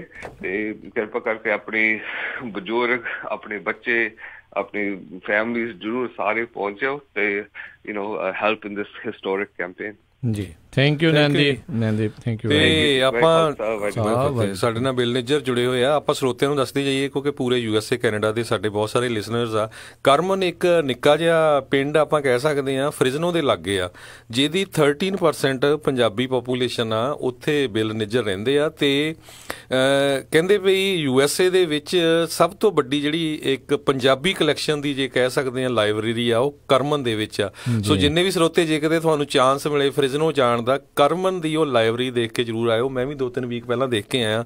ਜਗਜੀਤ ਸਿੰਘ ਥਿੰਡ ਹੋਣਾ ਨੇ ਬਹੁਤ ਸੇਵਾ ਕੀਤੀ ਹੈ ਉੱਥੇ, ਬਹੁਤ ਵਧੀਆ ਲਾਇਬ੍ਰੇਰੀ ਆ। ਪਹਿਲਾਂ ਤਾਂ ਇਹਨਾਂ ਨੂੰ ਵਧਾਈ ਵੀ ਦਿੰਦੇ ਆ ਉਸ ਲਾਇਬ੍ਰੇਰੀ ਦੀ। ਜੀ ਤੇ ਬਿਲ ਨਿੱਜਰ ਤੁਹਾਡੇ ਨਾਲ ਜੇ ਆਪਾਂ ਗੱਲਬਾਤ ਕਰਦੇ ਜਾਈਏ ਵੀ ਸ਼ੁਰੂਆਤੀ ਸ਼ਹਿਰਾਂ ਦੇ ਵਿੱਚੋਂ ਜਦੋਂ ਜਿਹੜਾ 84 ਦਾ ਜਿਹੜਾ ਕਤਲੇਆਮ ਦਾ ਜੈਨੋਸਾਈਡ ਦਾ ਰੈਜ਼ੋਲੂਸ਼ਨ ਜਿਹੜਾ ਪ੍ਰੋਕਲੇਮੇਸ਼ਨ ਜਿਹੜੀ ਸੀਗੀ ਉਹ ਤੁਹਾਡੇ ਸ਼ਹਿਰ ਤੋਂ ਜਿਹੜੀ ਆ ਉਹ ਕਿਤੇ ਨਾ ਕਿਤੇ ਜਿਹੜੀ ਉਸ ਦੀ ਜਿਹੜੀ ਸ਼ੁਰੂਆਤ ਹੋਈ ਆ। ਸੋ ਉਦੋਂ ਕੀ ਜਿਹੜਾ ਚੱਲ ਰਿਹਾ ਸੀ ਤੇ ਹੁਣ ਜਿੱਦਾਂ ਵਾਰੀ ਸਿਰ ਬਾਕੀ ਸ਼ਹਿਰ ਵੀ ਇਸ ਦੇ ਵਿੱਚ ਤਨਦੇਹੀ ਦੇ ਨਾਲ ਜਿਹੜੇ ਜੁੜ ਰਹੇ ਨੇ, ਜਿੱਥੇ ਵੀ ਆਪਣੇ ਸਿੱਖ ਭਾਈਚਾਰਾ ਇਸ ਚੀਜ਼ ਨੂੰ ਜਿਹੜਾ ਸਮਝਦਾ ਆ, ਸੋ ਉਸ ਦੇ ਬਾਰੇ ਤੁਸੀਂ ਕੀ ਕਹਿੰਦੇ ਹੋ? ਹਾਂਜੀ, ਬੇਸਿਕਲੀ ਆਪਣੇ ਜਦੋਂ ਵੀ ਸ਼ੁਰੂ ਹੋਇਆ ਸੀਗਾ ਉਹ ਐਕਚੁਅਲੀ ਹੋਇਆ ਸੀ ਮਿਡ ਵੈਸਟ ਦੇ ਵਿੱਚ। ਇੱਕ ਛੋਟਾ ਜਿਹਾ ਟਾਊਨ ਹੈਗਾ ਆਪਣਾ ਹਾਰਵੀ, ਆਈ ਬਲੀਵ ਇਲੀਨੋਏ। ਜੀ, ਤੇ ਉਹਦੇ ਵਿੱਚ ਪਹਿਲਾਂ ਪਾਸ ਹੋਇਆ ਸੀਗਾ ਤੇ 6 ਫॉर ਜਸਟਿਸ ਦਾ ਕਾਫੀ ਹੱਥ ਦੇ ਵਿੱਚ ਸੀਗਾ ਜੀ। ਤੇ ਉਹਨਾਂ ਨੇ ਫਿਰ ਅਪਰੋਚ ਕੀਤੀ ਸੀ ਵੀ ਹੋਰ ਆਪਣੇ ਕਿਹੜੇ ਕਿਹੜੇ ਇਲੈਕਟਿਡ ਬੰਦੇ ਹੈਗੇ ਆ ਜਿਨ੍ਹਾਂ ਕੋਲ ਆਪਾਂ ਇਹ ਅੱਗੇ ਵਧਾ ਸਕੀਏ ਜੀ। ਤਾਂ ਫਿਰ ਆਪਣੇ ਸੈਨੋ ਅਕੀਨ ਵੀ ਹੋਇਆ ਸੀਗਾ ਤੇ ਮੈਂ ਉਦੋਂ ਸਿਟੀ ਕਾਉਂਸਲ ਦੇ ਵਿੱਚ ਸੀ ਕਰਮਨ ਦੇ ਵਿੱਚ ਤੇ ਉਦੋਂ ਜਦੋਂ ਸੈਨੋ ਅਕੀਨ ਦਾ ਵੀ ਪਤਾ ਲੱਗਾ ਤੇ ਫਿਰ ਮੈਨੂੰ ਵੀ ਅਪਰੋਚ ਕੀਤੀ ਗਈ ਸੀ। ਤਾਂ ਓਬਵੀਅਸਲੀ ਉਹਨਾਂ ਨੂੰ ਇਹ ਵੀ ਚਾਹੀਦਾ ਸੀਗਾ ਵੀ ਤੇ ਹੁਣ ਵੀ ਆਪਾਂ ਨੂੰ ਚਾਹੀਦਾ ਵੀ ਜਿਹੜੇ ਆਪਣੇ ਬੰਦੇ ਹੈਗੇ ਆ ਉਹ ਆਪਣੇ ਆਪ ਹੀ ਆਪਣੇ ਸ਼ਹਿਰਾਂ ਦੇ ਵਿੱਚ ਪਾਸ ਕਰਾਉਣ ਕਿਉਂਕਿ ਇੱਕ ਦੋ ਬੰਦੇ ਨਹੀਂ ਇਹ ਕੰਮ ਕਰਾ ਸਕਦੇ ਹਰ ਪਾਸੇ। ਜੀ। ਤੇ ਉਦੋਂ ਫਿਰ ਆਪਾਂ ਜਨਵਰੀ 2016 ਦੇ ਵਿੱਚ ਕਾਈਂਡ ਆਫ ਲੀਡ ਇਸ ਪਾਸੇ ਲੈ ਲਈ ਸੀਗੀ ਕਿਉਂਕਿ ਸਾਡੇ ਹੁਣ ਵਾਕਿਫ ਸੀਗੇ ਸਾਡੇ ਜਿਹੜੇ ਆਲੇ ਦੁਆਲੇ ਸ਼ਹਿਰ ਦੇ ਲੀਡਰ ਹੈਗੇ ਆ ਤੇ ਉਹਨਾਂ ਨੇ ਫਿਰ ਕਾਫੀ ਮਦਦ ਕੀਤੀ ਤੇ ਉਦੋਂ 2016 ਦੇ ਵਿੱਚ ਆਪਾਂ ਕੋਸ਼ਿਸ਼ ਕੀਤੀ ਸੀ ਪਾਸ ਕਰਾਉਣ ਦੀ ਜੀ। ਤੇ ਤੁਹਾਨੂੰ ਪਤਾ ਹੀ ਆ ਉਸ ਤੋਂ ਬਾਅਦ ਜਦੋਂ ਕਰਮਨ ਦਾ ਪਾਸ ਹੋਇਆ ਸੀਗਾ ਇੱਕ ਕਾਫੀ ਵੱਡਾ ਆਰਟੀਕਲ ਨਿਕਲਿਆ ਸੀਗਾ ਕਰਮਨ ਬਾਰੇ ਵੀ ਰੈਕਗਨਾਈਜ਼ ਹੋ ਗਿਆ। ਜੀ ਜੀ। ਤੇ ਉਦੋਂ ਮੈਨੂੰ ਲੱਗਦਾ ਵੀ ਆਪਾਂ ਥੋੜੇ ਜਾਂ ਤਾਂ ਕੌਂਸੂਲੇਟ ਦੇ ਜਾਂ ਉਹਨਾਂ ਦੇ ਜਿਹੜੇ ਬੰਦੇ ਇੱਥੇ ਹੈਗੇ ਆ ਆਲੇ ਦੁਆਲੇ ਉਹਨਾਂ ਦੀ ਨਜ਼ਰ ਦੇ ਵਿੱਚ ਪੈ ਗਏ ਸੀ ਤੇ ਉਹਨਾਂ ਨੇ ਫਿਰ ਕਾਫੀ ਕੋਸ਼ਿਸ਼ ਕੀਤੀ ਸੀ ਵੀ ਹੋਰ ਥਾਵਾਂ ਤੇ ਨਾ ਪਾਸ ਹੋਵੇ। ਜੀ। ਤੇ ਜਦੋਂ ਫਿਰ ਜਨਵਰੀ ਵਾਲੇ ਤੇ ਫ੍ਰੈਸਨੋ ਸਿਟੀ ਕਾਉਂਸਲ ਦੇ ਵਿੱਚ ਜਦੋਂ ਮੈਂ ਇਹਨਾਂ ਨਾਲ ਗੱਲ ਕੀਤੀ ਸੀਗੀ ਆਪਣੇ ਜਿਹੜੇ ਜਾਣ ਦੇ ਕਾਉਂਸਲ ਮੈਂਬਰ ਸੀਗੇ ਉਦੋਂ ਇਹਨਾਂ ਨੂੰ ਪਤਾ ਲੱਗ ਗਿਆ ਸੀਗਾ ਕਿਉਂਕਿ ਇੱਕ ਆਰਟੀਕਲ ਇੱਕ ਹੋਰ ਜਨਰੇਟ ਹੋਇਆ ਸੀ ਵੀ ਫ੍ਰੈਸਨੋ ਨੇ ਵੀ ਪਾਸ ਕਰਨਾ ਆ ਤੇ ਉਹਦੇ ਨਾਲ ਕੀ ਹੋਇਆ ਤਾਂ ਇਹਨਾਂ ਨੂੰ ਆਬਵੀਅਸਲੀ ਪਤਾ ਲੱਗ ਗਿਆ ਪਬਲਿਕ ਨੌਲੇਜ ਬਣ ਗਈ ਉਸ ਵੇਲੇ ਤੇ ਉਹਨਾਂ ਨੇ ਫਿਰ ਜਿਹੜੇ ਸਿਟੀ ਕਾਉਂਸਲ ਮੈਂਬਰ ਸੀਗੇ ਉਹਨਾਂ ਨੂੰ ਪ੍ਰਾਈਵੇਟ ਮੀਟਿੰਗਸ ਕਰਾ ਕੇ ਆਪਣੇ ਉਹ ਕਾਉਂਸਲਰ ਜਨਰਲ ਆਫ ਇੰਡੀਆ ਨੂੰ ਇੱਥੇ ਲਿਆਂਦਾ ਤੇ ਉਹਨਾਂ ਨੂੰ ਪ੍ਰਾਈਵੇਟ ਮੀਟਿੰਗਾਂ ਦੇ ਵਿੱਚ ਡਿਨਰ ਖਿਲਾ ਜੋ ਮਰਜ਼ੀ ਖਿਲਾ ਤੇ ਕਾਫੀ ਪ੍ਰੈਸ਼ਰ ਪਾਉਂਦੇ ਸੀਗੇ ਵੀ ਤੁਸੀਂ ਇੰਟਰਨੈਸ਼ਨਲ ਮੁੱਦੇ ਨੂੰ ਹੱਥ ਨਹੀਂ ਆ ਸਕਦੇ ਵਗੈਰਾ ਵਗੈਰਾ ਬਹੁਤ ਧਮਕੀਆਂ ਦਿੱਤੀਆਂ ਤੇ ਉਦੋਂ ਉਸ ਵੇਲੇ ਯੂਨੈਨਿਮਸ ਵੋਟ ਸੀਗੀ ਸਾਡੀ ਕਿਉਂਕਿ ਸਾਰਿਆਂ ਨਾਲ ਆਲਰੇਡੀ ਗੱਲ ਕੀਤੀ ਜੀ ਬਿਲਕੁਲ ਰਾਈਟ ਤੇ ਉਹ ਆਬਵੀਅਸਲੀ ਉਹ ਡਰ ਗਏ ਵੀ ਇਹ ਕੀ ਆ ਵੀ ਉਹ ਇਹਨਾਂ ਨੇ ਇਹ ਡਰਾਵਾ ਦਿੱਤਾ ਵੀ ਜੀ ਹਿੰਦੂ ਸਿੱਖ ਭਾਈਚਾਰੇ ਦੇ ਵਿੱਚ ਲੜਾਈਆਂ ਹੋਣੀਆਂ ਏਦਾਂ ਹੋਣੀਆਂ ਵਗੈਰਾ ਵੰਡ ਹੋਊਗੀ ਤਾਂ ਆਬਵੀਅਸਲੀ ਉਹ ਤਾਂ ਹੁਣ ਗੋਰੇ ਆ ਜਾਂ ਮੈਕਸੀਕਨ ਆ ਜਾਂ ਹੋਰ ਵੀ ਆ ਵੀ ਉਹਨਾਂ ਨੂੰ ਕੀ ਪਤਾ ਵੀ ਇੰਟਰਨਲ ਪੋਲਿਟਿਕਸ ਹੈ ਵੀ ਕਿ ਨਹੀਂ ਹੈ ਹਨਾ। ਉਹਨਾਂ ਨੇ ਕਿਹਾ ਵੀ ਮੇਰਾ ਜਿਹੜਾ ਲੀਡ ਕਰ ਰਿਹਾ ਸੀ ਕਾਉਂਸਲ ਮੈਂਬਰ ਆਪਣਾ ਓਲੀਵੀਏ ਜੀ ਤੇ ਉਹ ਕਹਿੰਦਾ ਸੀਗਾ ਵੀ ਬਿੱਲ ਮੈਨੂੰ ਹੋਰ ਟਾਈਮ ਚਾਹੀਦਾ ਵੀ ਮੈਨੂੰ ਲੱਗਦਾ ਵੀ ਜਿਹੜੀ ਆਪਾਂ ਜਨਵਰੀ ਦੇ ਵਿੱਚ ਮੀਟਿੰਗ ਰੱਖੀ ਹੈ ਇਹਦੇ ਵਿੱਚ ਸ਼ਾਇਦ ਨਾ ਪਾਸ ਹੋਵੇ ਕਿਉਂਕਿ ਉਹ ਬਾਕੀ ਹਜੇ ਵੋਟ ਪਾਉਣ ਨੂੰ ਤਿਆਰ ਨਹੀਂ ਹੈਗਾ। ਤੇ ਮੈਂ ਫਿਰ ਉਦੋਂ ਸੋਚਿਆ ਸੀਗਾ ਵੀ ਮੈਂ ਕਿਹਾ ਵੀ ਆਪਾਂ ਨੋ ਵੋਟ ਤਾਂ ਨਹੀਂ ਕਰਾਉਣੀ ਬੇਸਿਕਲੀ ਸੋ ਵੀ ਇਹਨੂੰ ਏਜੰਡੇ ਤੋਂ ਖਿੱਚਿਆ ਜਾਵੇ ਸੋ ਅਸੀਂ ਸਟ੍ਰੈਟਜੀ ਸਾਡੀ ਇਹੀ ਸੀਗੀ ਫਿਰ ਉਹਨੂੰ ਵੋਟ ਨਾ ਪਵੇ ਉਸ ਵੇਲੇ ਤੇ ਉਸ ਤੋਂ ਬਾਅਦ ਫਿਰ ਅਸੀਂ ਪੋਲ ਕਰ ਲਿਆ ਸੀ ਏਜੰਡੇ ਤੋਂ ਤੇ ਆਬਵੀਅਸਲੀ ਉਹਨੇ ਬਾਕੀ ਬੇਸਿਕਲੀ ਜਦੋਂ ਕੋਈ ਵੀ ਆਈਟਮ ਪੇਸ਼ ਹੁੰਦੀ ਆ ਉਹਦੇ ਜੋ ਵੀ ਉਸ ਚੀਜ਼ ਦੇ ਵਿਰੁੱਧ ਜਾਂ ਹੋਰ ਕੋਈ ਵੀ ਈਮੇਲ ਲਿਖਦਾ ਜਾਂ ਕੋਈ ਵੀ ਏਦਾਂ ਦੀ ਕੋਈ ਚਰਚਾ ਕਰਦਾ ਆ ਉਹ ਪਬਲਿਕ ਨੌਲੇਜ ਦੇ ਵਿੱਚ ਇੱਥੇ ਵੀ RTI ਐਕਟ ਹੈਗੀ ਆ ਜਿੱਥੇ ਤੁਸੀਂ ਇਨਫੋਰਮੇਸ਼ਨ ਲੈ ਸਕਦੇ ਆ। ਸੋ ਮੈਂ ਫਿਰ ਉਦੋਂ ਫਿਰ ਫਾਈਲ ਕੀਤੀ ਵੀ ਮੈਂ ਕਿਹਾ ਵੀ ਪਤਾ ਕੀਤਾ ਜਾਵੇ ਵੀ ਕੀ ਆਪਣੇ ਚੀਜ਼ਾਂ ਦੇ ਖਿਲਾਫ ਬੋਲਦਾ ਜਾਂ ਜੇ ਆਪਣੀ ਕਮਿਊਨਿਟੀ ਦੇ ਕੌਣ ਹੈਗੇ ਆ ਜਿਹੜੇ ਆਪਣੇ ਅਗੇਂਸਟ ਵੀ ਹੈਗੇ ਆ ਤੇ ਉਸ ਵੇਲੇ ਫਿਰ ਜਿਹੜੀਆਂ ਈਮੇਲਸ ਆਈਆਂ ਸੀਗੀਆਂ ਉਸ ਤੋਂ ਪਤਾ ਲੱਗਿਆ ਸੀਗਾ ਆਪਣਾ ਰਾਮਾ ਦਾਵਰ ਤੇ ਹੋਰ 2-3 ਸੀਗੇ ਡਾਕਟਰ ਕਪੂਰ ਜਿਹੜੇ ਇਹਨਾਂ ਨੇ ਬੇਸਿਕਲੀ ਇਹਨਾਂ ਨੇ ਲੀਡ ਕੀਤਾ ਸੀਗਾ ਵੀ ਕਾਉਂਸਲਰ ਨੂੰ ਲੈ ਕੇ ਆ ਕੇ ਸਿਟੀ ਅਫੀਸ਼ੀਅਲਸ ਨਾਲ ਗੱਲਾਂ ਕਰਨ ਤੇ ਉਦੋਂ ਹੁਣ ਉਹੀ ਬੰਦੇ ਆ ਜਿਨ੍ਹਾਂ ਨੂੰ ਅਸੀਂ ਸਿੱਖ ਕਮਿਊਨਿਟੀ ਪੰਜਾਬੀ ਕਮਿਊਨਿਟੀ ਸਾਰੀ ਇਹਨਾਂ ਨੂੰ ਸਪੋਰਟ ਕਰਕੇ ਇਹਨਾਂ ਨੂੰ ਲੀਡਰ ਬਣਾਇਆ ਸੀ ਇੱਥੇ ਲੋਕਲ ਤੇ ਹੁਣ ਉਹੀ ਹੁਣ ਪਿੱਠ ਦੇ ਵਿੱਚ ਛੁਰਾ ਮਾਰ ਗਏ ਸਾਰਿਆਂ ਦੇ ਸੋ ਉਦੋਂ ਫਿਰ ਕਾਫੀ ਜਦੋਂ ਪਤਾ ਲੱਗਾ ਸੀਗਾ ਫਿਰ ਇਹ ਓਬਵੀਅਸਲੀ ਗੱਲ ਫਿਰ ਪਬਲਿਕ ਦੇ ਵਿੱਚ ਕੀਤੀ ਤੇ ਪਬਲਿਕ ਨੇ ਤਾਂ ਪੰਜਾਬੀ ਦੇ ਕਹਿਣ ਨਾਲ ਫੱਟੇ ਚੱਕ ਦਿੱਤੇ। ਸੋ ਬਿਲਕੁਲ ਉਸ ਟਾਈਮ ਦੇ ਉੱਤੇ ਬੰਦੇ ਐਕਸਪੋਜ਼ ਹੋ ਗਏ ਜੀ। ਬਿਲਕੁਲ ਜਿਹੜੇ ਪ੍ਰੋਫੈਸਰ ਕਪੂਰ ਸੀ ਉਹਨਾਂ ਨੇ ਵੀ ਕਾਫੀ ਜਿਹੜਾ ਉਲਟ ਕਿਹਾ ਸੀ, ਰਾਮਾ ਦਾਵਰ ਸੀ ਉਸ ਟਾਈਮ ਤੇ ਇਹ ਸਾਰੇ ਜਿਹੜੇ ਆ ਉਦੋਂ ਐਕਸਪੋਜ਼ ਹੋਏ ਪਈ ਇਹ ਜਿਹੜੇ 1984 ਦੇ ਰੈਜ਼ੋਲੂਸ਼ਨ ਆ ਉਹਦੇ ਉਲਟਾ ਪਲੱਸ ਇਹ ਇੰਡੀਅਨ ਕੌਂਸਲੇਟ ਨਾਲ ਰਲ ਕੇ ਜਿਹੜਾ ਇਹਨੇ ਫ੍ਰਿਜ਼ਨੋ ਸਿਟੀ ਕੌਂਸਲ ਨੂੰ ਕੰਟੈਕਟ ਕੀਤਾ ਅਤੇ ਉਹਦਾ ਆਰਟੀਕਲ ਵੀ ਆਇਆ ਸੀ। ਉਸ ਆਰਟੀਕਲ ਦੇ ਵਿੱਚ ਜਿਸ ਤਰ੍ਹਾਂ ਤੁਸੀਂ ਦੱਸਿਆ ਹੀ ਆ ਵੀ ਇਹ ਡਰਾਵਾ ਦਿੱਤਾ ਗਿਆ ਵੀ ਜੀ ਹਿੰਦੂ ਸਿੱਖਾਂ ਦੀ ਲੜਾਈ ਹੋ ਜਾਣੀ ਆ, ਜੇ ਹੋ ਜਾਣਾ ਵੋ ਹੋ ਜਾਣਾ। ਹੁਣ ਰੈਜ਼ੋਲੂਸ਼ਨ ਪਾਸ ਹੋਏ ਨੂੰ ਵੀ ਕਿੰਨਾ ਟਾਈਮ ਹੋ ਗਿਆ, ਜਦ ਕਿ ਉਸ ਟਾਈਮ ਰੈਜ਼ੋਲੂਸ਼ਨ ਦੇ ਹੱਕ ਦੇ ਵਿੱਚ ਬਹੁਤ ਸਾਰੇ ਜਿਹੜੇ ਹਿੰਦੂ ਵੀਰ ਆ, ਈਵਨ ਹਿੰਦੂ ਮੰਦਰ ਵਾਲੇ ਵੀ ਜਿਹੜੇ ਖੁਦ ਉਸ ਰੈਜ਼ੋਲੂਸ਼ਨ ਦੇ ਹੱਕ ਵਿੱਚ ਆਏ ਸੀ। ਬਿਲਕੁਲ ਜੀ ਬਿਲਕੁਲ, ਏਦਾਂ ਦਾ ਕੋਈ ਚੱਕਰ ਨਹੀਂ ਸੀਗਾ। ਆਈ ਮੀਨ ਆਪਾਂ ਜਦੋਂ ਕਰਮਨ ਦਾ ਕਰਾਇਆ ਸੀਗਾ ਸਾਇਲੈਂਟਲੀ 2-3 ਸ਼ਹਿਰਾਂ ਦੇ ਵਿੱਚ ਹੋਰ ਵੀ ਕਰਾ ਦਿੱਤਾ ਸੀਗਾ, ਕੋਈ ਏਡੀ ਵੱਡੀ ਨਿਊਜ਼ ਨਹੀਂ ਬਣੀ ਸੀ। ਪਰ ਇਹਨਾਂ ਦੀ ਉਦੋਂ ਨਿਊਜ਼ ਬਣ ਗਈ ਕਰਕੇ ਇਹਨਾਂ ਨੂੰ ਥੋੜਾ ਜਿਹਾ ਆਪਾਂ ਅੱਖ ਦੇ ਵਿੱਚ ਆ ਗਏ ਆ। ਕਾਫੀ ਵੱਡਾ ਸ਼ਹਿਰ ਵੀ ਆ ਫ੍ਰੈਜ਼ਨੋ, ਤਾਂ ਕਰਕੇ ਉਹ ਕਹਿੰਦੇ ਸੀ ਵੀ ਸਿਗਨੀਫਿਕੈਂਟ ਆ ਵੀ ਇਹਨੂੰ ਰੋਕੋ। ਉਹ ਚੱਕਰ ਤਾਂ ਇਹ ਸੀਗਾ ਵੀ ਇਹਨਾਂ ਨੂੰ ਵੀ ਜੇ ਤਾਂ ਪਾਸ ਹੁੰਦਾ, ਜੇ ਤਾਂ ਕੋਈ ਲੜਾਈ ਵੀ ਹੋਣੀ ਸੀਗੀ। ਹੁਣ ਇੰਨੇ ਸ਼ਹਿਰਾਂ ਦੇ ਵਿੱਚ ਅੱਗੇ ਹੋਇਆ ਸੀਗਾ, ਕਰਮਨ ਦੇ ਵਿੱਚ ਵੀ ਹੋਇਆ, ਵੀ ਕੋਈ ਵਿਰੋਧ ਨਹੀਂ ਹੋਇਆ, ਕੋਈ ਕੁਛ ਨਹੀਂ ਹੋਇਆ।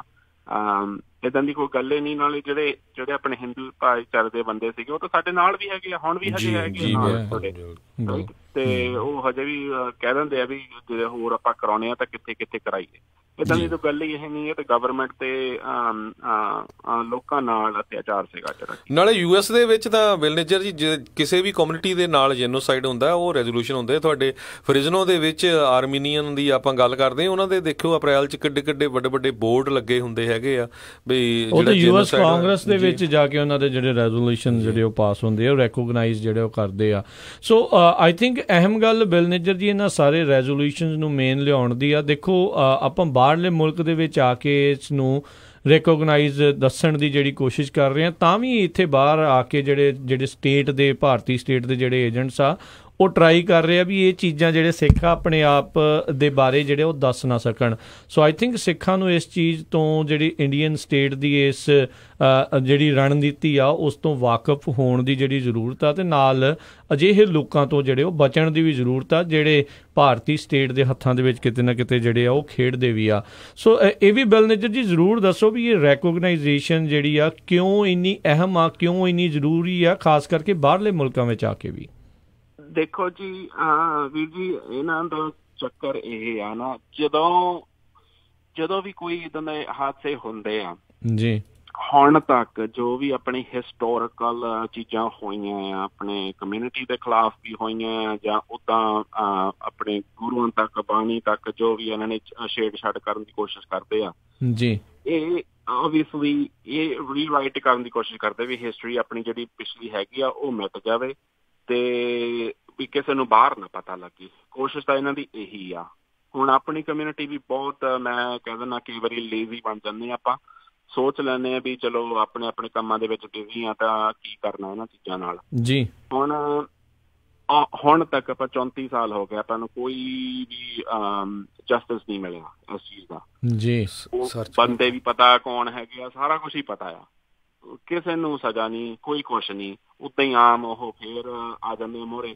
ਤੇ ਹੁਣ ਜਿਹੜੇ ਇੱਥੇ ਵੀ ਹੈਗੇ ਆ, ਸੋ ਆਪਾਂ ਨੂੰ ਬਹੁਤ ਜ਼ਰੂਰੀ ਆ ਵੀ ਇਹ ਚੀਜ਼ਾਂ ਡਾਕੂਮੈਂਟ ਕਰਾਈਏ ਜੀ। ਤੇ ਜੋ ਹੋਇਆ ਸੀਗਾ ਆਪਾਂ ਡਿਟੇਲ ਇਹ ਐਕਚੁਅਲੀ ਜਦੋਂ ਹਿਸਟਰੀ ਦੇ ਜਦੋਂ ਬੁੱਕਸ ਦੇ ਵਿੱਚ ਆ ਗਈਆਂ, ਕੋਈ ਹਿਸਟੋਰੀਕਲ ਡਾਕੂਮੈਂਟ ਬਣ ਗਏ, ਉਸ ਤੋਂ ਬਾਅਦ ਜਦੋਂ ਹੁਣ 15-20 ਸਾਲਾਂ ਨੂੰ ਜਾਂ 50 ਸਾਲਾਂ ਨੂੰ ਜਾ ਕੇ ਦੇਖੋਗੇ ਵੀ ਸਾਡੇ ਨਾਲ ਹੋਇਆ ਸੀ, ਲੋਕਾਂ ਨੂੰ ਪਤਾ ਲੱਗੂਗਾ, ਸਾਡੇ ਬੱਚਿਆਂ ਨੂੰ ਫਿਊਚਰ ਦੇ ਵਿੱਚ ਜਨਰੇਸ਼ਨਸ ਨੂੰ ਪਤਾ ਲੱਗੂਗਾ ਵੀ ਇੱਥੇ ਵੀ ਹੋਇਆ ਸੀ।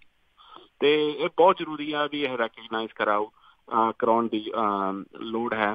ਤੇ ਰੀਜ਼ਨ ਇਹਦਾ ਮੇਨ ਇਹ ਆ ਵੀ ਜਦੋਂ ਇਹ ਰੈਜ਼ੋਲੂਸ਼ਨਸ ਲੋਕੀ ਪੁੱਛਦੇ ਹੁੰਦੇ ਵੀ ਤੁਸੀਂ ਰੈਜ਼ੋਲੂਸ਼ਨ ਕਾਹਤੇ ਕਰਾਉਂਦੇ ਆ, ਵੀ ਹੋਰ ਤਰੀਕਾ ਕੀ ਹੈਗਾ ਨਾ ਕਰਨ ਦਾ, ਉਦੋਂ ਜਿਹੜੇ UN ਵਾਲੇ ਆ ਉਹਨਾਂ ਨੇ ਸਲਾਹ ਦਿੱਤੀ ਸੀਗੀ ਵੀ ਤੁਸੀਂ ਤੁਹਾਡਾ ਮੁੱਦਾ ਹਜੇ ਜਿਹੜਾ ਹੈਗਾ ਛੋਟਾ ਆ, ਵੀ ਸਾਨੂੰ ਇੰਨੀ ਨੌਲੇਜ ਨਹੀਂ ਹੈਗੀ, ਵੀ ਜੇ ਤੁਸੀਂ ਕਰਨਾ ਹੈ ਵੀ ਇਹਦੇ ਲਈ ਸਪੋਰਟ ਲੈ ਕੇ ਆਓ। ਸੋ ਤਾਂ ਇਹ ਚੀਜ਼ ਆਪਾਂ ਛੋਟੇ ਛੋਟੇ ਸ਼ਹਿਰਾਂ ਦੇ ਵਿੱਚ ਪਹਿਲਾਂ ਸ਼ੁਰੂ ਕੀਤਾ ਸੀਗਾ, ਸਿਟੀ ਲੈਵਲ ਤੇ, ਫਿਰ ਹੌਲੀ ਹੌਲੀ ਫਿਰ ਆਪਾਂ ਕੈਲੀਫੋਰਨੀਆ ਸਟੇਟ ਦੇ ਵਿੱਚ ਵੀ ਇਹਨਾਂ ਨੇ ਚਲੋ ਪ੍ਰੋਗਰਾਮ ਕਹਿ ਦਿੱਤਾ, ਉਹ ਅਲੱਗ ਗੱਲ ਆ, ਪਰ ਆਪਾਂ ਹੋਰ ਵੀ ਇਹਦੀ ਕੋਸ਼ਿਸ਼ ਕਰਾਂਗੇ ਉਹਨਾਂ ਨਾਲ। ਤੇ ਇਹਨੂੰ ਜੈਨੋਸਾਈਡ ਦਾ ਰੂਪ, ਜੋ ਸੱਚਾਈ ਹੈਗੀ ਆ ਉਹੀ ਲਫ਼ਜ਼ ਵਰਤ ਕੇ ਪਾਸ ਕਰਾਉਣ ਦੀ ਕੋਸ਼ਿਸ਼ ਕਰਦੀ ਆ, ਜੋ ਐਕਚੁਅਲੀ ਹੋਇਆ ਵੀ ਗਵਰਨਮੈਂਟ ਦਾ ਹੱਥ ਸੀਗਾ। ਜੈਨੋਸਾਈਡ ਦਾ ਮਤਲਬ ਹੈ ਬੇਸਿਕਲੀ ਗਵਰਨਮੈਂਟ ਨੇ ਇਨੀਸ਼ੀਏਟ ਕੀਤਾ ਤੇ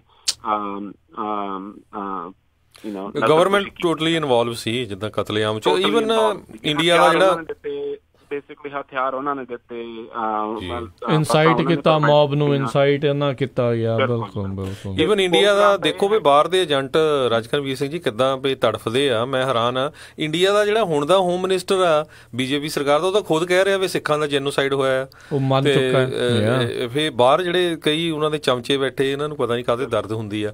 ਸੋ ਫ੍ਰਿਜ਼ਨੋ ਏਰੀਏ ਦੇ ਜਿਹੜੇ ਸਿੱਖ ਆ, ਖਾਸ ਕਰਕੇ ਜਕਾਰਾ ਮੂਵਮੈਂਟ ਵਾਲੇ, ਬਿਲ ਨਿੱਜਰ ਵਰਗੇ, ਇਹਨਾਂ ਨੇ ਬਹੁਤ ਵਧੀਆ ਕੰਮ ਕੀਤਾ, ਉੱਥੇ ਰੈਜ਼ੋਲੂਸ਼ਨ ਪਾਸ ਕਰਾਇਆ। ਕੱਲਾ ਰੈਜ਼ੋਲੂਸ਼ਨ ਨਹੀਂ, ਉਹ ਤੋਂ ਬਾਅਦ ਜਸਵੰਤ ਸਿੰਘ ਖਾਲੜਾ ਦੇ ਨਾਮ ਦੇ ਉੱਤੇ ਜਿਹੜਾ ਪਾਰਕ ਆ ਫ੍ਰਿਜ਼ਨੋ ਚ, ਉਹ ਰੱਖਿਆ ਗਿਆ ਨਾਮ ਪਾਰਕ ਦਾ। ਬਿਲਕੁਲ ਬਿਲਕੁਲ। ਸੋ ਇਹ ਇੱਕ ਚੀਜ਼ ਵੀਰ ਜੀ, ਜਿਹੜੀ ਆ ਪਾਰਕ ਦਾ ਨਾਂ ਚੇਂਜ ਹੋਇਆ, ਇਹ ਰੈਜ਼ੋਲੂਸ਼ਨ ਕਰਕੇ ਹੀ ਹੋਇਆ। ਬਿਲਕੁਲ ਬਿਲਕੁਲ। ਰੀਜ਼ਨ ਵਾਈ, ਕਿਉਂਕਿ ਜਿਹੜੀ ਆਪਣੀ ਰਿਲੇਸ਼ਨਸ਼ਿਪ ਉਹਨਾਂ ਨੂੰ ਪਤਾ ਲੱਗ ਗਿਆ ਵੀ ਸੱਚਾਈ ਕੀ ਹੈਗੀ ਆ, ਤੇ ਜਿਹੜੇ ਵਿਰੋਧ ਕਰਦੇ ਆ ਉਹਨਾਂ ਦਾ ਕੀ ਸੱਚਾਈ ਹੈਗੀ ਆ, ਉਹ ਸਾਰਾ ਜਦੋਂ ਕਾਉਂਸਲ ਨੂੰ ਪਤਾ ਲੱਗ ਗਿਆ, ਉਸ ਜਿਹੜਾ ਕਹਿ ਲਓ ਵੀ ਇੱਕ ਵਾਰ ਸਾਰੇ ਕਮਿਊਨਿਟੀ ਨਾਲ ਜਦੋਂ ਜੁੜ ਜਾਂਦੇ ਆ ਨਾ, ਉਦੋਂ ਤੁਸੀਂ ਕੋਈ ਵੀ ਕੰਮ ਕਰਾ ਸਕਦੇ ਹੋ। ਸੋ ਉਹਨਾਂ ਨੇ ਇਹ ਵੀ ਦੇਖਿਆ ਸੀ ਵੀ ਇਹ ਯੂਨਾਈਟਿਡ ਕਮਿਊਨਿਟੀ ਹੈਗੀ ਆ। ਹੁਣ ਇੱਕ ਪਾਸੇ 2-4 ਬੰਦੇ ਹੈਗੇ ਜਿਹੜੇ ਵਿਰੋਧ ਕਰਦੇ, ਤੇ ਦੂਜੇ ਪਾਸੇ ਹਜ਼ਾਰਾਂ ਦੇ ਹਿਸਾਬ ਨਾਲ ਸਾਨੂੰ ਕਹਿੰਦੇ ਆ ਵੀ ਪਾਸ ਕਰੋ। ਤੇ ਜਦੋਂ ਅਸੀਂ ਫਿਰ ਨੈਨਦੀਪ ਤੇ ਜਕਾਰਾ ਦਾ ਬਹੁਤ ਵੱਡਾ ਹੱਥ ਸੀਗਾ, ਜਿਹੜਾ ਆਪਣਾ ਪਾਰਕ ਦਾ ਨਾਂ ਚੇਂਜ ਕਰਾਉਣਾ ਸੀ। ਵੈਸੇ ਰਾਈਟ ਆਫਟਰ ਰੈਜ਼ੋਲੂਸ਼ਨਸ ਨੈਨਦੀਪ ਨੇ ਮੈਨੂੰ ਦੱਸਿਆ ਸੀਗਾ ਵੀ ਉਹਦਾ ਇਹ ਪਲਾਨ ਹੈਗਾ ਵੀ ਆਪਣੇ ਇੱਕ ਪਾਰਕ ਬਣਨੀ ਚਾਹੀਦੀ ਆ, ਕਿ ਕਿਸੇ ਸਿੱਖ ਬੰਦੇ ਦੇ ਨਾਂ ਤੇ ਕਿਤੇ ਵੀ US ਦੇ ਵਿੱਚ ਕੋਈ ਪਾਰਕ ਨਹੀਂ ਹੈਗੀ। ਤੇ ਆਪਾਂ ਕਿਹੜਾ ਇੱਕ ਬੰਦਾ ਵੀ ਕਿਹੜਾ ਹੋ ਸਕਦਾ, ਕਿਹੜਾ ਸਿੱਖ ਹੋ ਸਕਦਾ ਜਿਹਦੇ ਨਾਂ ਤੇ ਪਾਰਕ ਕੀਤੀ ਜਾਵੇ। ਤੇ ਉਦੋਂ ਕਾਉਂਸਲ ਨੇ ਤਾਂ ਹੱਸ ਕੇ ਮਤਲਬ ਸਾਡੇ ਲਈ ਇਹ ਕੰਮ ਕਰ ਦਿੱਤਾ। ਤੇ ਮੈਂ ਤਾਂ ਬਹੁਤ ਸ਼ੁਕਰ ਕਰਦਾ ਵੀ ਆਪਣੀ ਕਮਿਊਨਿਟੀ ਇੰਨੀ ਇੱਥੇ ਵਧੀਆ ਹੈਗੀ ਆ, ਜਿਨ੍ਹਾਂ ਨੇ ਸਾਰਿਆਂ ਨੇ ਫਿਰ ਸਪੋਰਟ ਕਰਕੇ ਉਹ ਐਡਾ ਵੱਡਾ ਕੰਮ ਕਰ ਲਿਆ। ਜੀ ਬਿਲਕੁਲ ਬਿਲਕੁਲ। ਤੇ ਬਿਲ ਨਿੱਜਰ ਜੀ, ਬਹੁਤ ਬਹੁਤ ਅਸੀਂ ਤੁਹਾਡਾ ਥੈਂਕ ਯੂ ਕਰਦੇ ਹਾਂ, ਧੰਨਵਾਦ ਕਰਦੇ ਹਾਂ। ਤੁਸੀਂ ਸਮਾਂ ਕੱਢਿਆ ਪੰਜਾਬੀ ਰੇਡੀਓ USA ਦੇ ਉੱਤੇ ਪ੍ਰੋਗਰਾਮ ਦੇ ਉੱਤੇ, ਤੁਸੀਂ ਆ ਕੇ ਜਿਹੜੀ ਆ ਇਹ ਗੱਲਬਾਤ ਵੀ ਜਿਹੜੀ ਵਿਸ਼ੇਸ਼ ਕੀਤੀ। ਸਮਾਂ ਵੀ ਆਪਣੇ ਅੱਜ ਦੇ ਪ੍ਰੋਗਰਾਮ ਦਾ ਹੁਣ ਇੱਥੇ ਹੀ ਜਿਹੜਾ ਸਮਾਪਤ ਆ। ਤੇ ਤੁਹਾਡੇ ਇਸ ਸਾਰੇ ਉਪਰਾਲੇ ਦੇ ਲਈ ਬਹੁਤ ਬਹੁਤ ਅਸੀਂ ਤੁਹਾਡਾ ਥੈਂਕ ਯੂ ਵੀ ਕਰਦੇ ਹਾਂ। ਤੇ ਜਾਂਦੇ ਜਾਂਦੇ ਕੀ ਜੇ ਤੁਸੀਂ ਸਰੋਤਿਆਂ ਨੂੰ ਕੁਛ ਕਹਿਣਾ ਚਾਹੁੰਦੇ ਹੋ? ਹਾਂਜੀ ਹਾਂਜੀ, ਬੇਸਿਕਲੀ ਮੇਨ ਚੀਜ਼ ਤਾਂ ਹੈਗੀ ਆ, ਹੁਣ ਨੈਨਦੀਪ ਦੀ ਜਿਹੜੀ ਨੈਨਦੀਪ ਸਿੰਘ ਚੰਦ ਦੀ ਰੇਸ ਹੈਗੀ ਆ ਆਪਣੇ ਸਕੂਲ ਬੋਰਡ ਲਈ, ਉਹ ਰਾਮਾ ਦਾਵਰ ਹੀ ਇਹਨਾਂ ਦੇ ਖਿਲਾਫ ਖੜਿਆ ਆ। ਸੋ ਆਪਾਂ ਸਾਰਿਆਂ ਨੇ ਰਲ ਕੇ ਇੱਦਾਂ ਦੇ ਬੰਦਿਆਂ ਨੂੰ ਸਪੋਰਟ ਕਰਨੀ ਆ, ਤੇ ਜਿਹੜੇ ਮਤਲਬ ਆਪਣੇ ਕਮਿਊਨਿਟੀ ਦੇ ਖਿਲਾਫ ਹੈਗੇ ਆ ਉਹਨਾਂ ਨੂੰ ਕੱਢੀਏ ਬਾਹਰ। ਤੇ ਆਪਾਂ ਸਾਰੇ ਪਲੀਜ਼ ਰਲ ਕੇ ਨੈਨਦੀਪ ਨੂੰ ਨਾ ਜਾਂ ਤਾਂ ਵੋਟ ਵੀ ਪਾਓ, ਤੇ ਇਸ ਵੀਕਐਂਡ ਸਾਨੂੰ ਵਾਲੰਟੀਅਰ ਦੀ ਬਹੁਤ ਜ਼ਿਆਦਾ ਲੋੜ ਹੈਗੀ ਆ। ਤਾਂ ਪਲੀਜ਼ ਸਾਰੇ ਆ ਕੇ ਉਹਨਾਂ ਦੀ ਹੈਲਪ ਕਰੋ, ਤੇ ਆਪਾਂ ਘਰ ਘਰ ਜਾ ਕੇ ਜਿਨ੍ਹਾਂ ਦੇ ਉਸ ਏਰੀਆ 7 ਦੇ ਵਿੱਚ ਸੈਂਟਰਲ ਯੂਨੀਫਾਈਡ ਦੇ ਉਹਨਾਂ ਨਾਲ ਗੱਲਬਾਤ ਕਰਕੇ ਆਪਣੇ ਆਂਢ ਗੁਆਂਢ ਦੇ ਵਿੱਚ ਉਹ ਆਪਾਂ ਵੋਟਾਂ ਵੀ ਪਵਾਈਏ। ਤੇ ਨਵੰਬਰ 6 ਨੂੰ ਇਲੈਕਸ਼ਨ ਆ, ਸੋ ਪਲੀਜ਼ ਸਾਰੀ ਮਦਦ ਕਰਿਓ ਜੀ। ਵਾਹਿਗੁਰੂ ਜੀ ਕਾ ਖਾਲਸਾ, ਵਾਹਿਗੁਰੂ ਜੀ ਕੀ ਫਤਿਹ। ਬਹੁਤ ਬਹੁਤ ਥੈਂਕ ਯੂ ਬਿਲ ਨਿੱਜਰ ਜੀ। ਸੋ ਨਵੰਬਰ 6 ਨੂੰ ਵੋਟ ਜ਼ਰੂਰ ਪਾਉਣੀ ਆ। ਆਪਾਂ ਜਿੱਥੇ ਜਿੱਥੇ ਵੀ USA 'ਚ ਹੈਗੇ ਆ, ਚਾਹੇ ਰਿਪਬਲਿਕਨ ਆ, ਡੈਮੋਕ੍ਰੇਟ ਆ, ਕਿਸੇ ਵੀ ਪਾਰਟੀ ਨੂੰ ਬਿਲੋਂਗ ਕਰਦੇ ਆ, ਹਰ ਇੱਕ ਪੰਜਾਬੀ ਨੂੰ ਵੋਟ ਪਾਉਣੀ ਜ਼ਰੂਰੀ ਆ, ਹਰ ਇੱਕ ਨੂੰ, ਤਦੇ ਸਾਡੀ ਜਿਹੜੀ ਕਾਊਂਟਿੰਗ ਹੋਣੀ ਹੈਗੀ ਜੀ। ਤੇ ਇੱਕ ਚੀਜ਼ ਜਿਹੜੀ ਹੋਰ ਮੈਨੂੰ ਹੁਣ ਚੇਤੇ ਯਾਦ ਆਈ ਆ, ਸੈਕਰਾਮੈਂਟੋ ਦੇ ਵਿੱਚ ਇਸ ਵਾਰੀ ਪਹਿਲੀ ਵਾਰੀ ਜਿਹੜੀ ਟਰਾਈ ਕੀਤੀ ਜਾ ਰਹੀ ਆ ਵੀ ਜਿੰਨੇ ਵੀ ਰਜਿਸਟਰਡ ਵੋਟਰਸ ਆ ਉਹਨਾਂ ਸਾਰਿਆਂ ਦੇ ਲਈ ਐਬਸੈਂਟ ਐਬਸੈਂਟੀ ਬੈਲਟਸ ਜਿਹੜੇ ਆ ਉਹ ਘੱਲੇ ਗਏ ਨੇ। ਸੋ 6 ਨਵੰਬਰ ਨੂੰ ਹੀ ਇਕੱਲੀ ਉੱਥੇ ਵੋਟਿੰਗ ਨਹੀਂ ਆ, ਉੱਥੇ ਆਲਰੇਡੀ ਵੋਟਿੰਗ ਜਿਹੜੀ ਆ ਉਹ ਤੁਸੀਂ ਸ਼ੁਰੂ ਹੋ ਚੁੱਕੀ ਹੈ ਬੇਸਿਕਲੀ।